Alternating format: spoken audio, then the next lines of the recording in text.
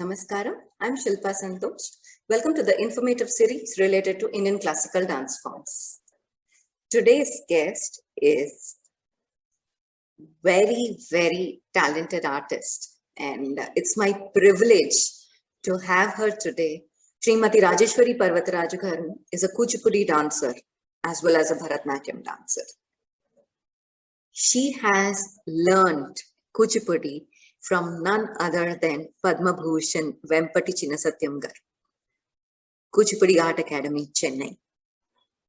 And I must tell you, it's my privilege and my honor to have her here today in this session. She is 65 years old and she has been learning and performing for more than 50 years. And she has been training students for more than 40 years now. It's been 42 years that she has set up her own institute. So it's my absolute pleasure and privilege to have her, and I'm so happy that she obliged to join me today.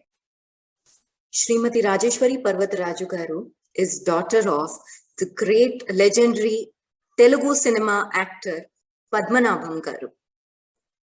So it's my honor to have her here today in our informative series related to Indian classical dance forms. Namaskaram, Rajeshwari auntie. Namaste, Ma Shilpa. Namaste. Welcome to the informative series related to Indian classical dance forms. నేను అడిగిన వెంటనే మీరు మీ busy schedule నుంచి కొంచెం time నాకు కూడా కేటాయించారు. చాలా సంతోషం. థ్యాంక్ యూ ఫర్ జాయినింగ్ మీ.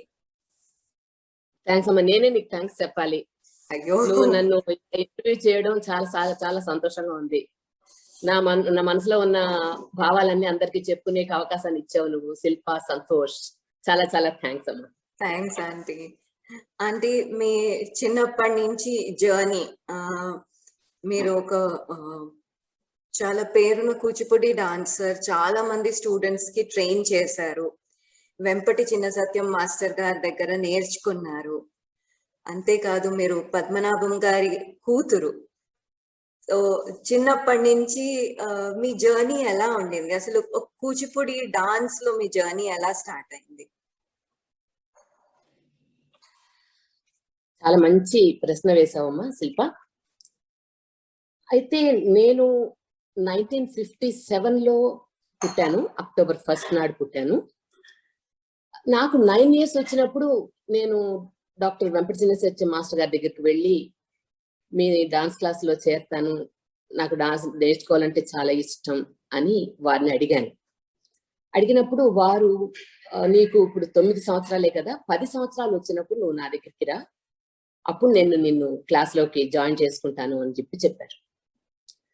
ఆ 1 year గ్యాప్ లో మా నైబరు వేణుగోపాల స్వామి అని ఒక డాన్స్ కొరియోగ్రాఫర్, అప్పుడు కాలంలో సినిమాల్లో డాన్స్ కొరియోగ్రఫీ చేసేవారు. వేణుగోపాల్ గారు ఆయన పేరు. ఆయన ఇన్స్టిట్యూట్ ఉండేదన్నమాట. అక్కడికి వాణిశ్రీ, తర్వాత సావిత్రి, అంజలిదేవి వీళ్ళందరూ వచ్చి నేర్చుకునేవారు. అయితే వాళ్ళు నేర్చుకునే టైంలో నేను ఆ డాన్స్ క్లాస్ కి వెళ్ళి చూసేదాన్ని. చూసి వాళ్ళు ఎలా చేస్తున్నారో అలాగే ఇంటికి వచ్చి చేసేదాన్ని. ఇంట్రెస్ట్ డెవలప్ అయిందనమాట. నాకే తెలీదు నేను అట్లా చేస్తానన్న సంగతి నాకే తెలీదు. అక్కడ సావిత్రి, తర్వాత అంజలిదేవి ఎట్లా చేసేవాళ్ళు వాళ్ళని చూసి వచ్చి ఇంటికి వచ్చి మా అమ్మ ముందు చేసేదాన్ని. తర్వాత మా నైబర్స్ ఒక 2 ఉన్నారు. వాళ్ళు మా మాస్టర్ గారి దగ్గర నేర్చుకునేవారు. నేర్చుకుంటే వాళ్ళు ప్రాక్టీస్ చేసేటప్పుడు వెళ్ళి చూసేదాన్ని. చూస్తే నాకు వీళ్ళకి మంచిగా అనిపించేది. సావిత్రి, అంజలిదేవి గారు చేసే డాన్స్ కన్నా కూడా మా నైబర్స్ వీళ్ళిద్దరు చేసే డాన్స్ నాకు చాలా మనసుకి దగ్గర వచ్చేసింది. అది క్లాసికలేనా ఆంటీ? అది కూడా క్లాసికల్. అది మా మాస్టర్ గారి దగ్గర నేర్చుకునేవాళ్ళు వాళ్ళిద్దరు. అయితే వాళ్ళతో పాటు నేను మా అమ్మని అడిగి, మా అమ్మ ఎస్ అన్నారు, వెళ్ళు వాళ్ళతో పాటు వెళ్ళి చూసిరా నువ్వు డాన్స్ క్లాస్ అంటే నేను ఆ నైబర్స్ తో 2 కలిసి వెళ్ళాను క్లాస్ కి, మాస్టర్ గారి క్లాస్ కి. ఇంకా అక్కడ వందల మంది పిల్లలు డాన్స్ చేస్తూ ఉన్నారు Ah, అన్నమాట. ah. అది చూసి ఇంకా నాకు ఆగలేదు, ఇంకెట్లయినా సరే ఈ క్లాస్ లోనే చేరాలి. అంత చిన్న వయసులోనే నాకు నేనే డిసైడ్ చేసుకున్నాను, ఈ మాస్టర్ దగ్గరే నేర్చుకోవాలి అని. Hmm. అప్పుడు నాకు ఇంకా 10th ఇయర్ వచ్చేసింది. వెయిట్ చేశాను, ఎప్పుడు 10th ఇయర్ వస్తుందా అని వెయిట్ చేశాను. 1967 లో అక్టోబర్ 1 తర్వాత వెళ్ళి జాయిన్ అయ్యాను మాస్టర్ గారి దగ్గర. 1967 లో 1967 లో జాయిన్ అయ్యాను నేను. ఇంకా అప్పటి నుంచి ఆ మాస్టర్ గారి పాదాలు పట్టుకున్నాను. ఇంకా అప్పటి నుంచి ఇప్పటి వరకు ఆయన పాదాలు వదలలేదు. ఇంకా అలా కంటిన్యూ చేస్తూ అదృష్టం వచ్చాను. అంటే నిజంగా యా యా అది మాత్రం నాకు మాస్టర్ గారిని ఆ చిన్న వయసులో నేను చూస్ చేసుకోవడం నాకే ఇప్పుడు ఆశ్చర్యం అనిపిస్తుంది. అంత మంచి మాస్టర్ గారిని నేను ఎన్నుకున్నాను కదా అని. నా అదృష్టం ఆయన శిష్యురాలు అయినందుకు. అలా నా జర్నీ స్టార్ట్ అయింది అనమాట. డాన్స్ జర్నీ అక్కడి నుంచి స్టార్ట్ అయింది. 1967 నుంచి 1975 నా మ్యారేజ్ 1975 డిసెంబర్ లో అయింది. అప్పటి వరకు ఆయన దగ్గరే కంటిన్యూ చేస్తూ వచ్చాను. మ్యారేజ్ అయ్యి వరంగల్కి వచ్చేసాను. వరంగల్కి వచ్చాక ఒక 2 years గ్యాప్ తీసుకున్నాను, ఎందుకంటే నాకు 2 అబ్బాయిలు. 76 లో ఒక అబ్బాయి పుట్టాడు, 77 లో ఇంకొక అబ్బాయి పుట్టాడు. ఆ 2 years నేను గ్యాప్ తీసుకొని మళ్ళీ 79 నుంచి మళ్ళీ మొదలు పెట్టాను. ఎవ్రీ సమ్మర్ వెళ్ళిపోయేదాన్ని మాస్టర్ గారి దగ్గరికి. వెళ్ళి 1979 కాదు, సారీ 1978 సమ్మర్ నుంచి మొదలు పెట్టాను అనమాట. వెళ్ళినప్పుడంతా ఒక 2-3 months అక్కడే ఉండిపోయేదాన్ని. డాన్స్ క్లాస్ కి వెళ్ళేదాన్ని, నేర్చుకునేదాన్ని, మళ్ళీ వరంగల్కి వచ్చేసేదాన్ని. అలా అలా అలా స్టార్ట్ అయింది అనమాట నా జర్నీ. అయితే నేను ప్రెగ్నెంట్ గా ఉన్నప్పుడు, మా మొదటి బాబుకి ప్రెగ్నెంట్ గా ఉన్నప్పుడు రేడియోలో ఘంటసాల గారిది కస్తూరి తిలకం అనే శ్లోకం ఉంది కదా, అది వస్తూ ఉండేది రేడియోలో. దానికి నేను అభినయం చేస్తూ ఉండేదాన్ని. చేస్తూ ఉంటే మీ అంకుల్ చూసి అబ్బా చాలా బాగా చేస్తున్నావే నువ్వు అని వివరాలన్నీ అడిగారు. అయితే అప్పుడు నేను మాస్టర్ గారి దగ్గర నేర్చుకోవడం ఇవన్నీ కూడా చెప్పాను ఆయనకి. చెప్తే బాగుంది, చాలా బాగుంది, మంచి మాస్టర్ గారి దగ్గర నేర్చుకున్నావు నువ్వు అని చెప్పి, అప్పటికే ఆయనకి మా మాస్టర్ గారి గురించి బాగా ఐడియా ఉంది. తర్వాత నేను మనం కలిసి ఒక డాన్స్ క్లాస్ స్టార్ట్ చేద్దాం, కొంచెం టైం తీసుకొని స్టార్ట్ చేద్దాం అని చెప్పి మా వారు ఎంకరేజ్ చేశారు. అలా 1979 ఆగస్ట్ లో నేను డాన్స్ క్లాస్ స్టార్ట్ చేశాను. 79 ఎందుకంటే నాకు 2 పిల్లలు పుట్టాక నేను కొంచెం గ్యాప్ తీసుకొని మళ్ళీ 79 ఆగస్ట్ నుంచి డాన్స్ క్లాస్ చెప్పడం మొదలు పెట్టేశాను. ఇంకా అలా స్టార్ట్ అయిందనమాట. నా డాక్టర్ ఒక ఆవిడ ఉండేవారు, ఫ్యామిలీ డాక్టర్ శాంత అని. ఆవిడకి నా డాన్స్ గురించి తెలుసు, నేను డాన్సర్ అని, నేను చేస్తానని ఆవిడకి ఒక ఐడియా ఉంది. ఆవిడ ఏం చేశారంటే 1979 లో, రాజేశ్వరి నువ్వు ఇంత బాగా చేస్తున్నావు కదా, నీ టాలెంట్ ఏది కూడా వృధా కాకూడదు, కాబట్టి నువ్వేం చేస్తావంటే, నాకు 2 పిల్లలు ఉన్నారు, నా 2 పిల్లలతో స్టార్ట్ చేయి నువ్వు అసలు డాన్స్ క్లాస్ స్టార్ట్ చేశాక, ఒకవేళ గనక ఎక్కువ మంది పిల్లలు వచ్చారనుకో, అప్పుడు నువ్వు వేరే రూమ్ తీసుకోవడమో ఏదో ఒకటి హాల్ తీసుకోవడమో ప్లాన్ చేద్దు, కానీ స్టార్ట్ చేయడం అయితే స్టార్ట్ చేయి నా 2 పిల్లలతో, మా ఇంట్లోనే స్టార్ట్ చెయ్యి అని చెప్పి వాళ్ళ ఇంట్లో నాకు డాన్స్ కి ఒక ప్లేస్ ఇచ్చారనమాట. అప్పుడు ఆమె 2 ప్లస్ ఇంకొక ఆవిడ, మొత్తం 3 స్టూడెంట్స్ తో స్టార్ట్ చేశాను నేను డాన్స్ క్లాస్. ఎప్పుడు 1979 ఆగస్ట్ అప్పుడు స్టార్ట్ చేశాను. అది నెమ్మదిగా 3 స్టూడెంట్స్ కాస్త 120 స్టూడెంట్స్ అయ్యారు.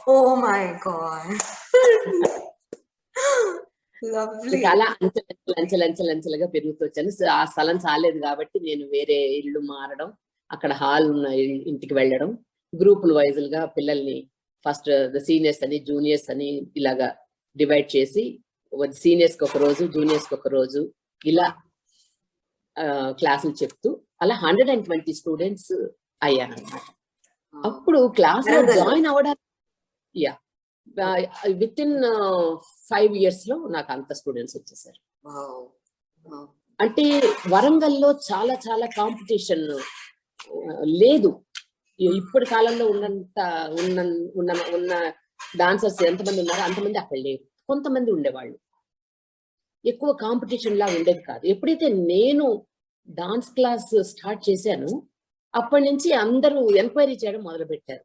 ఆవిడ ఏం ఐటమ్స్ చెప్తున్నారు, మనం కూడా ఇలాంటి ఐటమ్స్ చెప్పాలి, మనం లేదంటే మనం వెనకబడిపోతాము అన్న ఒక ఆలోచన కూడా ఆ డాన్సర్స్ లో ఎవరైతే ఉన్నారో అప్పటి కాలం వాళ్ళల్లో స్టార్ట్ అయింది అనమాట. నేను మంచి మంచి ప్రోగ్రామ్స్ పిల్లలకి తెప్పించడం, ఇవ్వడం, చేయించడం ఇవన్నీ కూడా బాగా జరుగుతూ వచ్చాయి.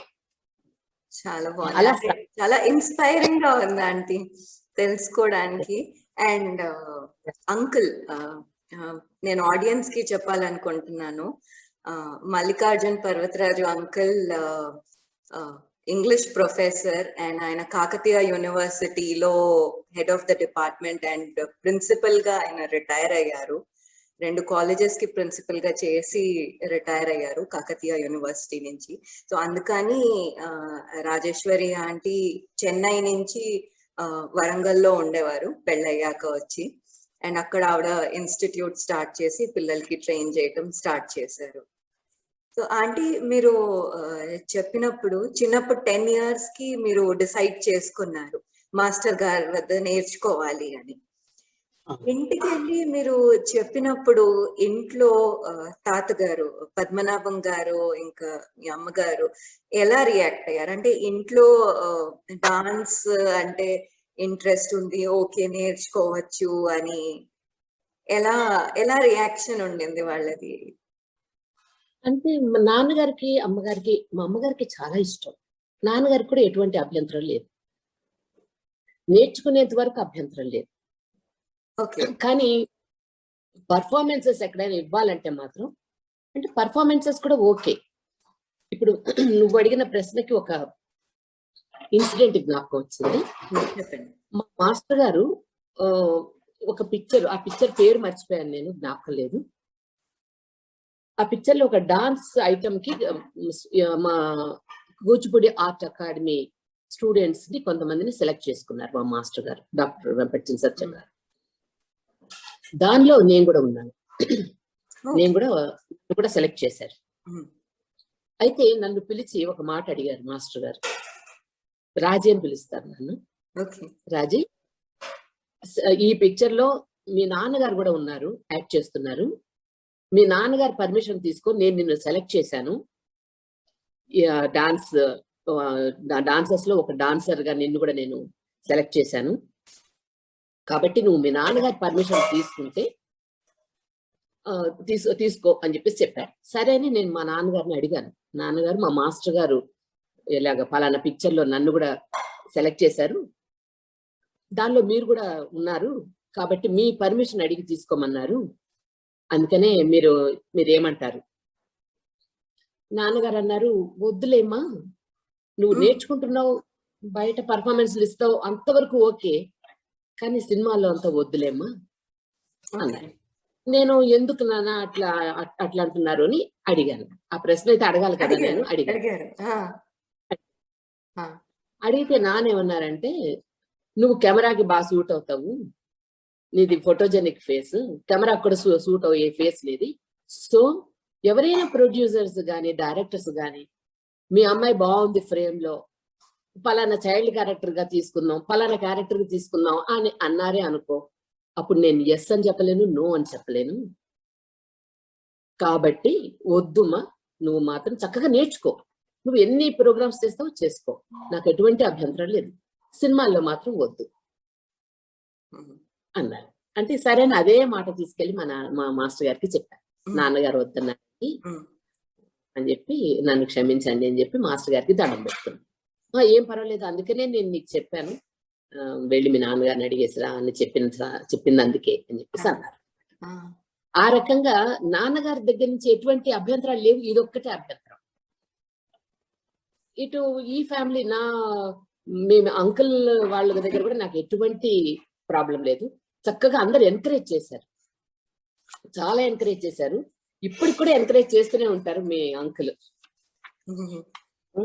అంటే అభ్యంతరం ఎవరికి లేదు, చాలా చాలా ఎంకరేజ్ చేశారు. కాబట్టి ఈ రోజున ఈ ఫీల్డ్ లో నేను నాకు అంటూ ఒక గుర్తింపు తెచ్చుకోగలిగాను. నేను ఇద్దరు పిల్లల్ని, మగ పిల్లల్ని చూసుకుంటూ, అత్తగారిని మళ్ళీ ఇంటికి వచ్చే బంధువుల్ని ఎవ్వరికి కూడా ఎటువంటి ఇబ్బంది కలగజేయకుండా అందరికీ అన్ని విధాలుగా అందరికీ అన్ని సేవలు చేస్తూ ఈ ఫీల్డ్ లో ఉంటూ క్లాసులు చెప్తూ కొరియోగ్రఫీ చేస్తూ ప్రోగ్రామ్స్ చేస్తూ నా టాలెంట్ ఏంటో నేను ప్రూవ్ చేసుకోగలిగాను. కాబట్టి ఇన్నాళ్ళు నా ఈ డాన్స్ జర్నీ ఇంకా కొనసాగుతూనే ఉంది. ఇప్పటికి కూడా నాకు మీ అంకుల్ దగ్గర నుంచి అంత ఎంకరేజ్మెంట్ ఉంది. మా అత్తగారు కూడా ఏమీ లేదు, ఏమనేవారు కాదు. ఆవిడ కూడా చాలా ఎంకరేజ్ చేశారు నాకు. ఎందుకంటే మా పర్వతరాజు ఫ్యామిలీలోనే ఎవ్వరూ లేరు డాన్స్ చేసే, లలిత కళల్లో ఎవ్వరూ లేరు. నాతోనే నేను ఒక్కదాన్నే, నాతోనే ఎండిది. మళ్ళీ దాన్ని ముందుకు తీసుకెళ్లే వాళ్ళు కూడా ఎవరు లేరు. అదే ఒక కళాకారుని వాళ్ళ ఉంది అని అంటే వాళ్ళకి చాలా వాళ్ళ కుటుంబంలో చాలా సంతోషిస్తారు కదా. ఆ రకంగా నాకు ఎంకరేజ్మెంట్ చాలా దొరికింది. Very nice. అంటే ఇప్పుడు మీరు చెప్పారు అన్ని బాధ్యతలు అన్ని చక్కగా చూసుకుంటూ మీరు డాన్స్ కంటిన్యూ చేశారు, ఇప్పటికీ కంటిన్యూ చేస్తున్నారు. సపోర్ట్ సిస్టమ్ చాలా అవసరం మీరు చెప్పినట్టు. And at the same time management చాలా ఇంపార్టెంట్. సో మీరు ఎలా బ్యాలెన్స్ చేసేవారు? ఎందుకంటే ఇప్పుడు ఉన్న జనరేషన్ కి, ఎందుకంటే మీరు చాలా జనరేషన్స్ చూసుంటారు, అప్పటి నుంచి ఎంతమందికి నేర్పించి ఉంటారు అండ్ ఎంత కాలం మారింది అప్పటి నుంచి ఇప్పటికీ కూడా. ఇప్పటి జనరేషన్ కి ఐ థింక్ అది కూడా చాలా ఇంపార్టెంట్. ఇప్పుడు అంటే రకరకాల డొమెస్టిక్ హెల్ప్ గానీ మనకి ఏ రకం కావాలంటే ఆ సర్వీసెస్ దొరుకుతాయి, ఏ రకం హెల్ప్ కావాలన్నా. ఆ కాలంలో అంటే అంత హెల్ప్ కూడా ఉండేది కాదు, ఎక్స్టర్నల్ హెల్ప్. మీరు ఎలా మేనేజ్ చేసేవారు టైం, ఎలా బ్యాలెన్స్ చేసేవారు? అయితే బ్యాలెన్స్ అంటే ఇప్పుడు పొద్దున పూట నేను క్లాసులు ఏమి తీసుకునేదాన్ని కాదు. ఓకే. పొద్దున పూట క్లాసులు అస్సలు అంత ఫుల్ టైం ఫ్యామిలీ అంతా చూసుకోవడం, వంట అది చేయడం, ఫ్యామిలీని చూసుకోవడం. ఎప్పటి వరకు 5 o'clock వరకు నా బాధ్యత, ఇంటి బాధ్యత. ఆ 5 లోపల నేను మొత్తం అన్ని నైట్ డిన్నర్ తో సహా ప్రిపేర్ చేసి పెట్టేసుకునేదాన్ని. ఓకే.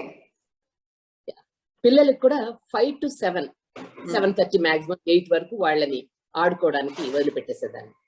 హోంవర్క్లు ఏమైనా ఉంటే కూడా నేను 8 తర్వాతే వాళ్ళ చేత చేయించడం కానీ చదివించడం కానీ. అంతవరకు 5 to 8 వాళ్ళని పట్టుకొని పిల్లల్ని చక్కగా ఆడుకునేవాళ్ళు. ఆ 5 to 8 నా డాన్స్ క్లాస్ టైం అన్నమాట. ఆ డాన్స్ క్లాస్ టైంలో మాత్రం నేను ఎవరు నన్ను డిస్టర్బ్ చేసేవాళ్ళు కాదు. మా అత్తగారైనా సరే, మీ అంకుల్ అయినా సరే, నా పిల్లలైనా సరే, ఎవరు కూడా, నా బంధువులు కూడా ఆ టైంలో వచ్చేవాళ్ళు కాదు. వాళ్ళకి తెలుసు మనం డిస్టర్బ్ చేయకూడదు అని. మా బంధువులు కానీ ఫ్రెండ్స్ కానీ ఆ టైంలో వచ్చేవాళ్ళు కాదు. ఓన్లీ సండేసే, ఎవరు వచ్చినా కూడా సండేసే వచ్చేవాళ్ళు. అట్లా క్లాస్ అయిపోయినాక వెంటనే నేను భోజనాలు అవి ఏర్పాటు చేసేసి పిల్లలకి కానీ, మా అత్తగారికి కానీ, మా వారికి కానీ అందరం భోజనాలు చేశాక ఇంకా పిల్లల్ని కూర్చోబెట్టి హోంవర్క్లు చేయించి వాళ్ళని చదివించే బాధ్యత కూడా నాది. మీ అంకుల్ కూడా షేర్ చేసేవాళ్ళు, ఆయన కూడా చూసుకునేవారు పిల్లల్ని చదువు విషయంలో. అట్లా చేసుకుంటూ మొత్తానికి ఇప్పుడు పెద్ద అబ్బాయి వచ్చి LNTలో తను మంచి పొజిషన్ లో ఉన్నాడు. పెద్ద అబ్బాయి రాఘవేంద్ర పర్వతరాజు. చిన్న కొడుకు కూడా ఇన్ఫోసిస్ లో మంచి పొజిషన్ లో ఉన్నాడు. ఇద్దరు కూడా US లోనే ఉంది. చదువు విషయంలో మాత్రం అందుకని పిల్లల్ని చదివిస్తూ నేను మళ్ళీ డిసప్పాయింట్ కాకూడదు, నా ఫీల్డ్ లో నేను ముందుకు వెళుతూ, అలానే ఫ్యామిలీని నెగ్లెక్ట్ చేయలేదు, ఫ్యామిలీని జాగ్రత్తగా చూసుకుంటూ, అలా మొత్తానికి అన్ని బాధ్యతలు, అప్పుడు చిన్నదాన్ని కాబట్టి అన్ని బాధ్యతలు చాలా బాగా నిర్వర్తించుకునేదని. టైం అలా మేనేజ్ చేసుకునేది. నువ్వు అన్నట్టుగా టైం మేనేజ్మెంట్ చాలా అవసరం కూడా. ఎందుకంటే టైం గనక మనం మేనేజ్ చేసుకోలేకపోతే నిన్ను నువ్వు ప్రూవ్ చేసుకోలేవు. మళ్ళీ వెనక్కి తిరిగితే కాలం అంతా గడిచిపోయి ఉంటుంది. అయ్యో నేను అట్లా చేసింటే బాగుండేది, ఇట్లా చేసింటే బాగుండేది అని మళ్ళీ అనుకోకూడదు. అలా అనుకోకూడదని నేను ఫస్ట్ స్టెప్ నుంచే నేను జాగ్రత్త పడుతూ వచ్చాను. కాబట్టి ఇప్పుడు నాకు డిసప్పాయింట్మెంట్ అంటూ ఏమీ లేదు. నేను చాలా హ్యాపీగా ఉన్నాను, చాలా తృప్తిగా కూడా ఉన్నాను. నా ఫీల్డ్ లో కానీ, నా కుటుంబంలో కానీ, నా ఏదైనా సరే చాలా తృప్తిగా, హాయిగా, శాంతిగా ఉన్నాను. అందుకని హ్యాపీ. చాలా అవసరం అండి ఇప్పుడు ప్రెసెంట్ సిచ్యువేషన్ లో peace and happiness is very important. Yeah, yeah. And మనం అనుకున్నట్టు మీరు ఇన్నేళ్ల నుంచి టీచ్ చేస్తున్నారు, ఒక స్టూడెంట్ లైఫ్ నుంచి ఒక టీచర్ లైఫ్. అప్పటి నుంచి 79 నుంచి ఇప్పుడు 2021 ఇప్పటికి కూడా టీచ్ చేస్తున్నారు నాకు తెలుసు. Yeah, yeah. స్టూడెంట్స్ వస్తారు, ఆన్లైన్ కూడా టీచ్ చేస్తారు. అండ్ బార్డర్స్ బ్యారియర్స్ అంటూ ఏం లేవు. ఎక్కడి నుంచి అప్రోచ్ అయినా మీరు ఎప్పుడు స్టూడెంట్ కి నేర్పించడానికి రెడీ ఉంటారు. ఆ విషయం నాకు తెలుసు. సో మీరు ఎలాంటి చేంజెస్ అబ్జర్వ్ చేశారు అప్పటి నుంచి ఇప్పటి, ఒక స్టూడెంట్ పర్స్పెక్టివ్? అంటే ఒక స్టూడెంట్ వచ్చి గురువు దగ్గర నేర్చుకునే మైండ్ సెట్ కానీ, ప్రవర్తన, బయట సిచ్యువేషన్, అన్ని ఫ్యాక్టర్స్ పరంగా మనం చూస్తే గురువులుగా కానీ ఎలాంటి చేంజెస్ మీరు అబ్జర్వ్ చేశారు? మీ ఒపీనియన్ చెప్తారా దాని గురించి? అంటే అది ఫస్ట్ స్టార్టింగ్ నేను వరంగల్లో స్టార్ట్ చేసినప్పుడు నా ఇన్స్టిట్యూషన్ పేరు నాట్య సదన్ 1979 లో స్టార్ట్ చేశాను నేను. నాట్య నా సదన్. ఇన్స్టిట్యూషన్ పేరు. యా. తర్వాత ముగ్గురు స్టూడెంట్స్ కాస్త పెరిగారు కదా, అయితే పిల్లలు ఎక్కువ వేశారు కల్లా వాళ్ళని గమనిస్తూ ఉంటే వాళ్ళకి కొంచెం మర్యాదలు కొంచెం నేర్పించాల్సి వచ్చింది. రాగానే నమస్కారం చెప్పడం, ఎట్లా క్లాస్ మేనర్స్ అంటాం. అవును అవును. ఎందుకంటే వాళ్ళు డాన్స్ నేర్చుకోవాలని నా గడప లోపలికి వచ్చారు. అంటే ఏమి తెలియదు కదా డాన్స్ గురించి. నా గడప లోపలికి వచ్చినప్పుడు నేను అన్ని నేర్పించాలి. గడప అవతలికి వెళితే నీకు నాకు సంబంధం లేదు. నువ్వు ఒక స్టూడెంట్ గా వచ్చావు, నేను డాన్స్ నేర్చుకోవాలని. నేను ఎవరిని కూడా రమ్మని అడగలేదు, పబ్లిసిటీ కూడా చేయలేదు. ఇప్పటి కాలంలో లాగా అడ్వర్టైజ్మెంట్ చేసి అలా చేయలేదు నేను. అంటే ఆ కాలంలో అవసరం లేదు. ఇలాగా మామూలుగా అనుకుంటుండగానే వచ్చేస్తారనమాట. స్ప్రెడ్ అవుతుంది. అలా వచ్చిన వాళ్ళే పిల్లలందరూ కూడా. అయితే వాళ్ళకి స్టార్టింగ్ ఎలా నేర్పించాలి, వాళ్ళ మర్యాదలు ఎలా నేర్పించాలి, class manners, dance class manners ఎట్లా ఉంటాయి అన్నది వాళ్ళకి చెప్పి, డాన్స్ క్లాస్ కి వచ్చినాక ఇట్లా బిహేవ్ చేయాలి అని చూపించి, వాళ్ళకి డాన్స్ లో సంయుత హస్తాలు, అసంయుత హస్తాలు అని ఉన్నాయి మనకి, నీకు కూడా తెలుసు కదా. వాటివి అన్ని నేను పెయింట్ చేయించాను అనమాట. ఒక ఆర్టిస్ట్ పిలిచి వాళ్ళ సంయుత హస్తాలు అని రాయించి ఒక బోర్డు, నేను ఇక్కడ క్లాస్ లో ఎలా కూర్చుంటే నా వెనక గోడ మీద సంయుత హస్తాలు ఒకవైపు, అసంయుత హస్తాలు ఒకవైపు. వాళ్ళు 5 o'clock రావాలి, 5 to 5:15 వరకు నేర్చుకోవాలన్నమాట. ఆ హస్త ముద్రికలు చూసి ప్రాక్టీస్ చేయాలి, ఎలా ఉన్నాయి అన్నది ప్రాక్టీస్ చేయాలి. తర్వాత డాన్స్ కి సంబంధించిన కొన్ని శ్లోకాలు, నాట్య శ్లోకాలు చాలు. ఫస్ట్ ఒక 15 minutes ఇదే జరుగుతుంది అన్నమాట. అందరి చేత బై హార్ట్ చేయించేదాన్ని. ఒక 15 minutes నుంచి ఒక 20 minutes వరకు అదే జరుగుతుంది. జరిగాక దాని తర్వాత నేను క్లాస్ తీసుకునేదాన్ని. ఎందుకంటే మాస్టర్ గారి దగ్గర మద్రాస్ లో పానగల్ పార్క్ లో కూచిపూడి ఆర్ట్ అకాడమీ మాస్టర్ గారిది, దానిలో ఆయన కూడా ఒకరోజు సంస్కృతం చెప్పించడానికి మాస్టర్ని అరేంజ్ చేశారు, సంగీతం నేర్చుకునేకి ఇంకొక మాస్టర్ని అరేంజ్ చేశారు. ఈ రకంగా నేను డాన్స్ తో పాటు సంస్కృతం, సంగీతం రెండు కూడా నేర్చుకున్నాను నేను. సంస్కృతం శ్లోకాలన్నీ బైహార్ట్ చేయాలి. ఎందుకంటే డాన్స్ కు సంబంధించినవన్నీ కూడా ఆల్మోస్ట్ సంస్కృతంలోనే ఉంటాయి. అవన్నీ నీకు నోటికి తిరగాలి అని అంటే, ఉచ్చారణ బాగా ఉండాలి అని అంటే ఇవన్నీ అవసరం అని మాస్టర్ గారు ఆ కాలంలోనే ఆయన ఆలోచించి అరేంజ్ చేశారు. అలా నేను సంస్కృతం, సంగీతం రెండు కూడా మాస్టర్ గారి క్లాస్ లోనే నేర్చుకున్నాను. చిన్నప్పుడు ఎందుకు ఇవి అని అనిపిస్తుంది మనకి. ఒకవేళ కనుక మీరు కొరియోగ్రాఫర్ గా, టీచర్ గా సెటిల్ అవ్వాలంటే మాత్రం ఇవి అవసరం. సంగీతం కూర్చున్నా, మరీ కూర్చొని కచేరీలు చేసేంత సంగీతం కాకపోయినా కూడా కొంచెం నాలెడ్జ్ ఉండాలి. తాళము, ఆ రాగము, కొంచెం నాలెడ్జ్ ఉంటే చాలు. అందుకని అక్కడ నేర్పించారు కదా. నేను కూడా నా డాన్స్ క్లాస్ లో ఒకరోజు సంస్కృతం, ఒకరోజు సంగీతం ఏర్పాటు చేశాను టీచర్స్ ని ఇక్కడ వరంగల్. అలా నేర్పించేవాళ్ళు. తాళంకి వచ్చేసరికల్లా మా దగ్గర వాసు అని ఒక మృదంగిష్ని పెట్టుకున్నాను, పర్మనెంట్ ఆర్టిస్ట్ అనమాట. ఆయన నేర్పించేవాడు పిల్లలకి ఎలా జతులన్నీ తాళంలోకి. నేను జతులు ప్రతిదీ తాళంలో చేయించేదాన్ని పిల్లల చేత. తీర్మానాలు అవన్నీ కూడా వాసు గారని ఉన్నారు, ఆయన బాగా నేర్పిస్తారు పిల్లలకి, ఆయన ద్వారా నేర్పించాను. అలా ఒకరోజు సంస్కృతం, ఒకరోజు సంగీతం, ఇట్లా పిల్లలు కూడా నేర్పించాను. అలా క్లాస్ మేనర్స్ నేర్పించి తర్వాత వాళ్ళకి స్టేజ్ మేనర్స్ కూడా నేర్పించాను. స్టేజ్ లో ఎట్లా చేయాలి, స్టేజ్ మేనర్స్ కూడా చాలా అవసరం. కాబట్టి స్టేజ్ మీద మీరు ఎట్లా ప్రవర్తించాలి, ఆ మేనర్స్ కూడా నేర్పించాలి. కాబట్టి ఇవన్నీ కూడా వాళ్ళకి తెలియనివి మనకి తెలిసినవి, కాబట్టి పిల్లలకి నేర్పించాలి, తప్పదు. ఎందుకంటే యాజ్ ఏ టీచర్ గా మీరు అక్కడ కూర్చున్నప్పుడు వాళ్ళకి తెలియదు కాబట్టి మీకు ఇది తెలీదా అని మనం ప్రశ్నించకూడదు, ఇది నేర్చుకోండి అని మనమే వాళ్ళ లెవెల్కి వెళ్ళి నేర్పించాలి. అలా పిల్లలందరినీ ఎడ్యుకేట్ చేశాను. ఒక్కరోజు కూడా ఒక మాట అనలేదు పిల్లల్ని, ఒక తిట్టడం గాని, ఒక కొట్టడం గాని ఏవి లేవు. అంత ప్రేమతోనే వాళ్ళకి ఇంత మంది స్టూడెంట్స్ ని నేను ట్రైన్ చేశాను. అసలు ఇంతవరకు ఎవరిని కూడా నేను పల్లెత్తు మాట కూడా అనలేదు. పిల్లల్ని చక్కగా నేర్చుకుంటూ వచ్చారు. పిల్లలు కూడా అలానే నేర్చుకున్నారు ఇంట్రెస్ట్. అదే పిల్లలు కూడా అదే ఇంట్రెస్ట్ తో నేర్చుకున్నారు. ఎందుకంటే తెలియదు కదా వాళ్ళకి. అదే పిల్లలకి నేను ఒకటే మాట చెప్పాను, మీకు తెలియదమ్మా, తెలియదు కాబట్టి నేను మీకు నేర్పిస్తాను. ఇప్పుడు మీరు చిన్న పిల్లలు, మీరు నేర్చుకోండి, పెద్దగా అయినాక నేను మీ మాట వింటాను, మీరు నాకు చెప్తాను. కానీ అలాగే చేశాను. అదే పిల్లలు పెద్దగా పెరిగి నా దగ్గర మళ్ళీ వాళ్లే వస్తూ ఉన్నారు క్లాసులకి. ఇప్పుడు ఆంటీ మనం ఈ ఐటమ్ చేద్దామంటే, ఆ ఐటమ్ చేద్దామంటే ఓకే అనేస్తున్నాను. ఎందుకంటే ఇప్పుడు పెరిగి పెద్దవాళ్ళు అయ్యారు వాళ్ళు కూడా. కాబట్టి చిన్నప్పుడు నా మాట విన్నారు, మరి పెద్దగా అయినాక నేను కూడా వాళ్ళ మాట వినాలి కదా. నా టీచర్ అలాగా ఉండేదాన్నే కాదు, ఓన్లీ క్లాస్ జరుగుతున్నంత సేపు మాత్రం నేను మాత్రం స్ట్రిక్ట్ గా, చాలా స్ట్రిక్ట్. నేను ఏం చెప్తానో ఖచ్చితంగా చేసి చూపించాలి. అలా ప్రతి స్టూడెంట్ మీద నేను దృష్టి పెట్టేదాన్ని. వీళ్ళు వాళ్ళని 120 మంది స్టూడెంట్స్ బాగా చేసేవాడు. కాబట్టి స్టూడెంట్ రిలేషన్ గా ఉండేది కాదు, ఒక తల్లి బిడ్డల రిలేషన్ లోనే ఉండేది. ఆ స్టూడెంట్స్ అందరితో కూడా అట్లాగే ఉండేదాన్ని. ఎందుకంటే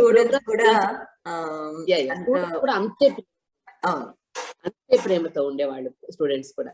ఎందుకంటే వాళ్ళకి ప్రోగ్రామ్స్ టైంలో మీ అంకులే, మా వారు మల్లికార్జున రావు గారు, అన్ని వాళ్ళకి కాఫీలు, టీలు, బిస్కెట్స్, స్నాక్స్ అన్ని ఇచ్చేవాళ్ళు. నేను మేకప్ చేసేదాన్ని పిల్లలకి. ఎంతమంది పిల్లలు ఉన్నా అంతమందికి నేనే మేకప్ మ్యాన్ అంటూ లేడనమాట. నేనే మేకప్ చేసి, హెయిర్ స్టైల్ అంతా చేసి, వాళ్ళకి ప్రోగ్రామ్స్ చేయించి మళ్ళీ ఇంటికి తీసుకొచ్చి, అప్పుడు మాకు ఆటోలు కూడా లేవు, రిక్షాల్లో పిల్లల్ని ఇంటికి పంపించేదాన్ని. ఆ రిక్షాలు ముందు వెళ్తుంటే మీ అంకుల్ వెనకాల స్కూటర్ మీద వాళ్ళ ఇళ్ల వరకు వెళ్ళేవాడు. అంటే అంత కేర్ తీసుకున్నాం అనమాట. రెస్పాన్సిబిలిటీ. ఇది అప్పటి కాలం స్టూడెంట్స్. ఇప్పటి కాలం స్టూడెంట్స్ అంటే ఇప్పుడు కాలం కూడా చాలా బాగున్నారు పిల్లలు కూడా, వాళ్ళే ఇంటెలిజెంట్లు. ఎందుకంటే మనం ఏమి చెప్పక్కర్లేదు వాళ్ళకి, ఆటోమేటిక్ గా వాళ్ళు మేనర్స్ నేర్చుకున్నారు. ఎందుకనంటే పూర్వకాలం వరంగల్లో డాన్స్ క్లాసెస్ తక్కువ కాబట్టి ఏవి చూడలేదు, ప్రోగ్రామ్స్ గాని అలా చూడలేదు. నేనే డాన్స్ పిల్లల్ని తీసుకొచ్చి హైదరాబాద్ నుంచి, వరంగల్ నుంచి హైదరాబాద్ కి తీసుకొచ్చి వేరే వాళ్ళ ప్రోగ్రామ్స్ చూపించేదాన్ని. ఇక చూడు ఎట్లా చేస్తున్నారు, వాళ్ళు స్టేజ్ మీద ఎట్లా చేస్తున్నారో చూడండి అని పెద్ద వాళ్ళు ఎవరెవరంటే మన మంజు భార్గవి గాని, తర్వాత శోభానాయుడు గారు గాని, తర్వాత పద్మ సుబ్రహ్మణ్యం గారు గాని, ఇట్లాంటి పెద్ద వాళ్ళందరూ చేశారు. రవీంద్ర భారతిలో చేసేవాడు. నాకు ఇన్విటేషన్ వచ్చేది. అలా పిల్లల్ని తీసుకొచ్చి చూపించేదాన్ని, చూపించి ఇట్లా చెయ్యాలి అని చెప్పేదాన్ని. కానీ ఇప్పుడు కాలం పిల్లలకి మనం అలా చూపించవలసిన అవసరమే లేదు. ఎందుకంటే యూట్యూబ్లు ఉన్నాయి, ఫేస్బుక్లు ఉన్నాయి, చాలా వాళ్ళకి అవేర్నెస్ చాలా ఉంది. డాన్స్ గురించి తెలుసుకునేది చాలా అవకాశం ఉంది. మేనర్స్ గురించి కూడా మనం ఏం చెప్పవలసిన అవసరం లేదు, అంతా వాళ్ళకి ఆల్రెడీ నేర్చేసుకున్నారు. ఇంకా డివోషన్, డెడికేషన్ అంటారా, కొంతమందికి చాలా ఉంది. ఆ డాన్సే ఇంకా పిచ్చిగా తీసుకొని దాన్ని బాగా పర్ఫామ్ చేయడం కానీ, నేర్చుకోవడం కానీ, అలా చాలా బాగున్నారు. ఇప్పటి కాలం పిల్లలు కూడా చాలా బాగున్నారు. దానికి తగినట్టుగా పేరెంట్స్ కూడా బాగా ఎంకరేజ్ చేస్తున్నారు. మునుపైతే డాన్స్ గురించి మేము చెప్పాల్సి వచ్చేది, ఇప్పుడు అలా చెప్పాల్సిన అవసరం లేదు. పేరెంట్సే చక్కగా ఎంకరేజ్ చేస్తున్నారు పిల్లల్ని. అసలు పిల్లల కన్నా తల్లులకి తండ్రులకి ఎక్కువగా ఇంట్రెస్ట్ ఉందా అనిపిస్తూ ఉంటుంది ఇప్పుడు చూస్తే. చాలా బాగుంది. ఇప్పుడు కాలం పిల్లలు కూడా బాగా నేర్చుకుంటున్నారు. బాగా చేస్తున్నారు. ఆ మునుపు చెప్పినంత టైం కూడా తీసుకోవట్లేదు వీళ్ళు. ఎందుకంటే వీళ్ళకి ఒక ఐడియా ఏర్పడింది కాబట్టి తొందరగా నేర్చేసుకుంటున్నారు కూడా పిల్లలు. వాళ్ళకి అట్లా reach డిఫరెన్స్ ఎక్కువ ఉంది. ఆ, యా యా. ఎప్పుడైనా ఎందుకనంటే ఈ ఛానల్స్ లో అన్నిట్లో యూట్యూబ్ లో గానీ అన్ని చూడడం గానీ, తర్వాత కాంపిటీషన్స్ ఎక్కువైపోయాయి. అవును. కాంపిటీషన్స్ కోసం అని చెప్పి ఎక్కువ ప్రాక్టీస్ చేయడం గానీ, కొత్త ఐటమ్స్ నేర్చుకోవడం గానీ, అన్ని ఇట్లాంటివన్నీ బాగున్నాయి. పూర్వం అంత లేవు. ఉమ్, ఏదో ఒకటి అరా కాంపిటీషన్స్ ఉండేవి అంతే. కానీ అది ఆ రకంగా చాలా చాలా స్ప్రెడ్ అయింది డాన్స్. ఈ కూచిపూడి చాలా బాగా అన్ని ప్రపంచం వైజ్ గా అంత అందరూ బాగా నేర్చుకుంటున్నారు కూడా. ఆ రకంగా నేను చాలా సంతోషపడుతున్నాను. అంటే మీరు చెప్పినట్టు ఇప్పుడు పేరెంట్స్ చాలా సపోర్ట్ చేస్తున్నారు, ఎంకరేజ్ చేస్తున్నారు. ఎప్పుడైనా ఇలాంటి సిచ్యువేషన్ మీరు ఫేస్ చేశారా లేక విన్నారా? ఈ మధ్య కాలంలో పేరెంట్స్ పిల్లల్ని జాయిన్ చేసిన వెంటనే వాళ్ళకి ఆశ ఉంటుంది, పిల్లలు స్టేజ్ మీద వెంటనే ఎక్కి ప్రోగ్రామ్ చేయాలి, ప్రోగ్రామ్ ఎప్పుడు చేస్తారు అని. సో ఒక డాన్స్ క్లాస్ లో చేరి ఎక్కువ రోజులు కూడా అవ్వవు, వెంటనే పేరెంట్స్ అడుగుతారనమాట గురువు గారిని, ఎప్పుడు ప్రోగ్రామ్ ఇవ్వచ్చు, 6 months లో మీరు నేర్పించటం అయిపోతుందా, స్టేజ్ పర్ఫార్మెన్సెస్ ఎప్పుడు ఇస్తారు అని. సో మీకు అలాంటి ఎక్స్పీరియన్స్ ఎప్పుడైనా జరిగిందా? పేరెంట్స్ ఇన్వాల్వ్మెంట్ ఎంతవరకు ఉంటుంది, ఎలా ఉండింది? ఈ ప్రశ్నలు నేను ఆ కాలంలో కూడా విన్నాను.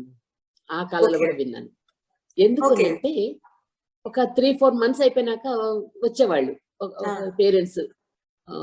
అంటే డైరెక్ట్ గా పేరెంట్స్ రారు, పిల్లల చేత కబురు పంపించేవాళ్ళు, ఎప్పుడు స్టేజ్ మీద ఎక్కిస్తారు ఆ టీచర్ అడుగు అని. మా అమ్మ ఇట్లా అడగమన్నారు అని చెప్పి అడిగేవాళ్ళు. నేను వాళ్ళని ఎడ్యుకేట్ చేసేదాన్ని, లేదమ్మా కనీసం ఒక 3 months కాదు 3 years నేర్చుకోవాలి, అప్పుడే పర్ఫెక్షన్ వస్తుంది. ఇప్పుడు నువ్వు స్కూల్లో చేరావు, నువ్వు చేరినప్పుడు చిన్న పిల్లవి, నీకు అప్పుడు ఏబిసిడీలు కూడా రావు నీకు. మరి నీకు ఏబిసిడీలు నేర్చుకోవడానికి ఒక క్లాస్ కావాలి. ఆ క్లాస్ లో ఏబిసిడీలు నేర్చుకున్నాక నెక్స్ట్ క్లాస్ లో నువ్వు ఏపీపీఎల్ఈ యాపిల్ అన్నది నేర్చుకున్నావు అంటే ఒక స్టెప్ పెరిగినట్టే కదా. అట్లాగే డాన్స్ లో కూడా ఫస్ట్ స్టెప్స్ అనేది ఉంటాయి. ఆ స్టెప్స్ లో ఫస్ట్ హాఫ్ స్టెప్స్ అని, సెకండ్ హాఫ్ స్టెప్స్ అని ఉంటాయి. ఇవి రెండు నేర్చుకున్నాక జతులు అన్నది ఉంటుంది. ఆ జతులు నేర్చుకున్నాక ఐటమ్స్, ఆ ఐటమ్స్ లో కూడా ఒక్కొక్కటి స్టాండర్డ్ పెరుగుతూ పోతూ ఉంటుంది. స్టార్టింగ్ పూజ ఐటమ్ తో స్టార్ట్ చేస్తే ఇంకా అలా మొదలవుతుంది. కాబట్టి ఇవన్నీ నేర్చుకోవడానికి కనీసం 3 సంవత్సరాలు పడుతుంది. అప్పుడు నీకు పర్ఫెక్షన్ వస్తుంది. ఇంకా అప్పుడు మీ అమ్మగారు మీ నాన్నగారు ఎవరు అడగక్కర్లేదు, స్టేజ్ పర్ఫార్మెన్సెస్ బ్రహ్మాండంగా ఇవ్వచ్చు. ఇప్పుడైతే మాత్రం కుదరదు. ఎందుకు కుదరదు అంటే ఇందుకే కుదరదు అని చెప్పి ఇట్లా ఎడ్యుకేట్ చేశాను పిల్లల్ని కానీ పేరెంట్స్ ని కానీ ఎడ్యుకేట్ చేశాను. ఇంకా ఇప్పుడు కూడా అలాగే కొంతమంది అడుగుతున్నారు ఎప్పుడు ఎక్కిస్తారు. ఇంకా డాన్స్ ఎక్కించడం కాదు, ఇక్కడ స్టూడెంట్స్ నేర్చుకుంటూ ఉంటారు, పక్కన ఒక క్లాస్ పెట్టేస్తూ ఉంటారు.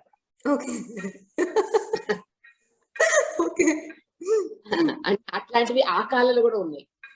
ఇక్కడ 4 స్టెప్పులు నేర్చుకుని 5వ స్టెప్ నేర్చుకునే కల్లా వాళ్ళు ఎవరో ఇంకో క్లాస్ కూడా పెట్టేస్తారు అన్నమాట అక్కడ.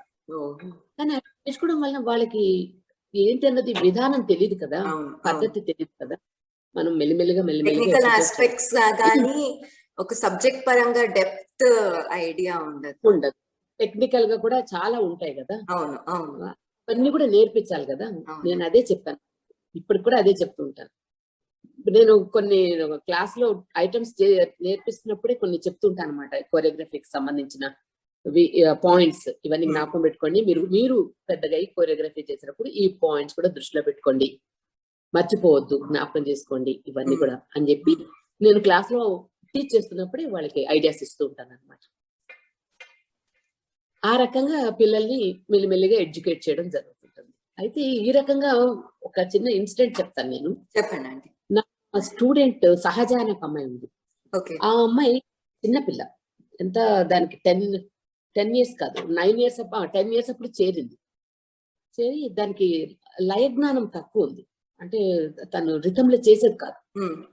నువ్వు చేయలేవమ్మా, నా వల్ల కాదు, నువ్వు మానేయడం మంచిది అని చెప్పి వాళ్ళ అమ్మగారిని పిలిచి, వద్దండి కొంచెం పెద్ద కానివ్వండి మీ అమ్మాయి, ఆ పెద్దగానాక నేను చెప్తాను అని చెప్పి పంపించేశాను. ఆమె 9 years లోనే చేరింది.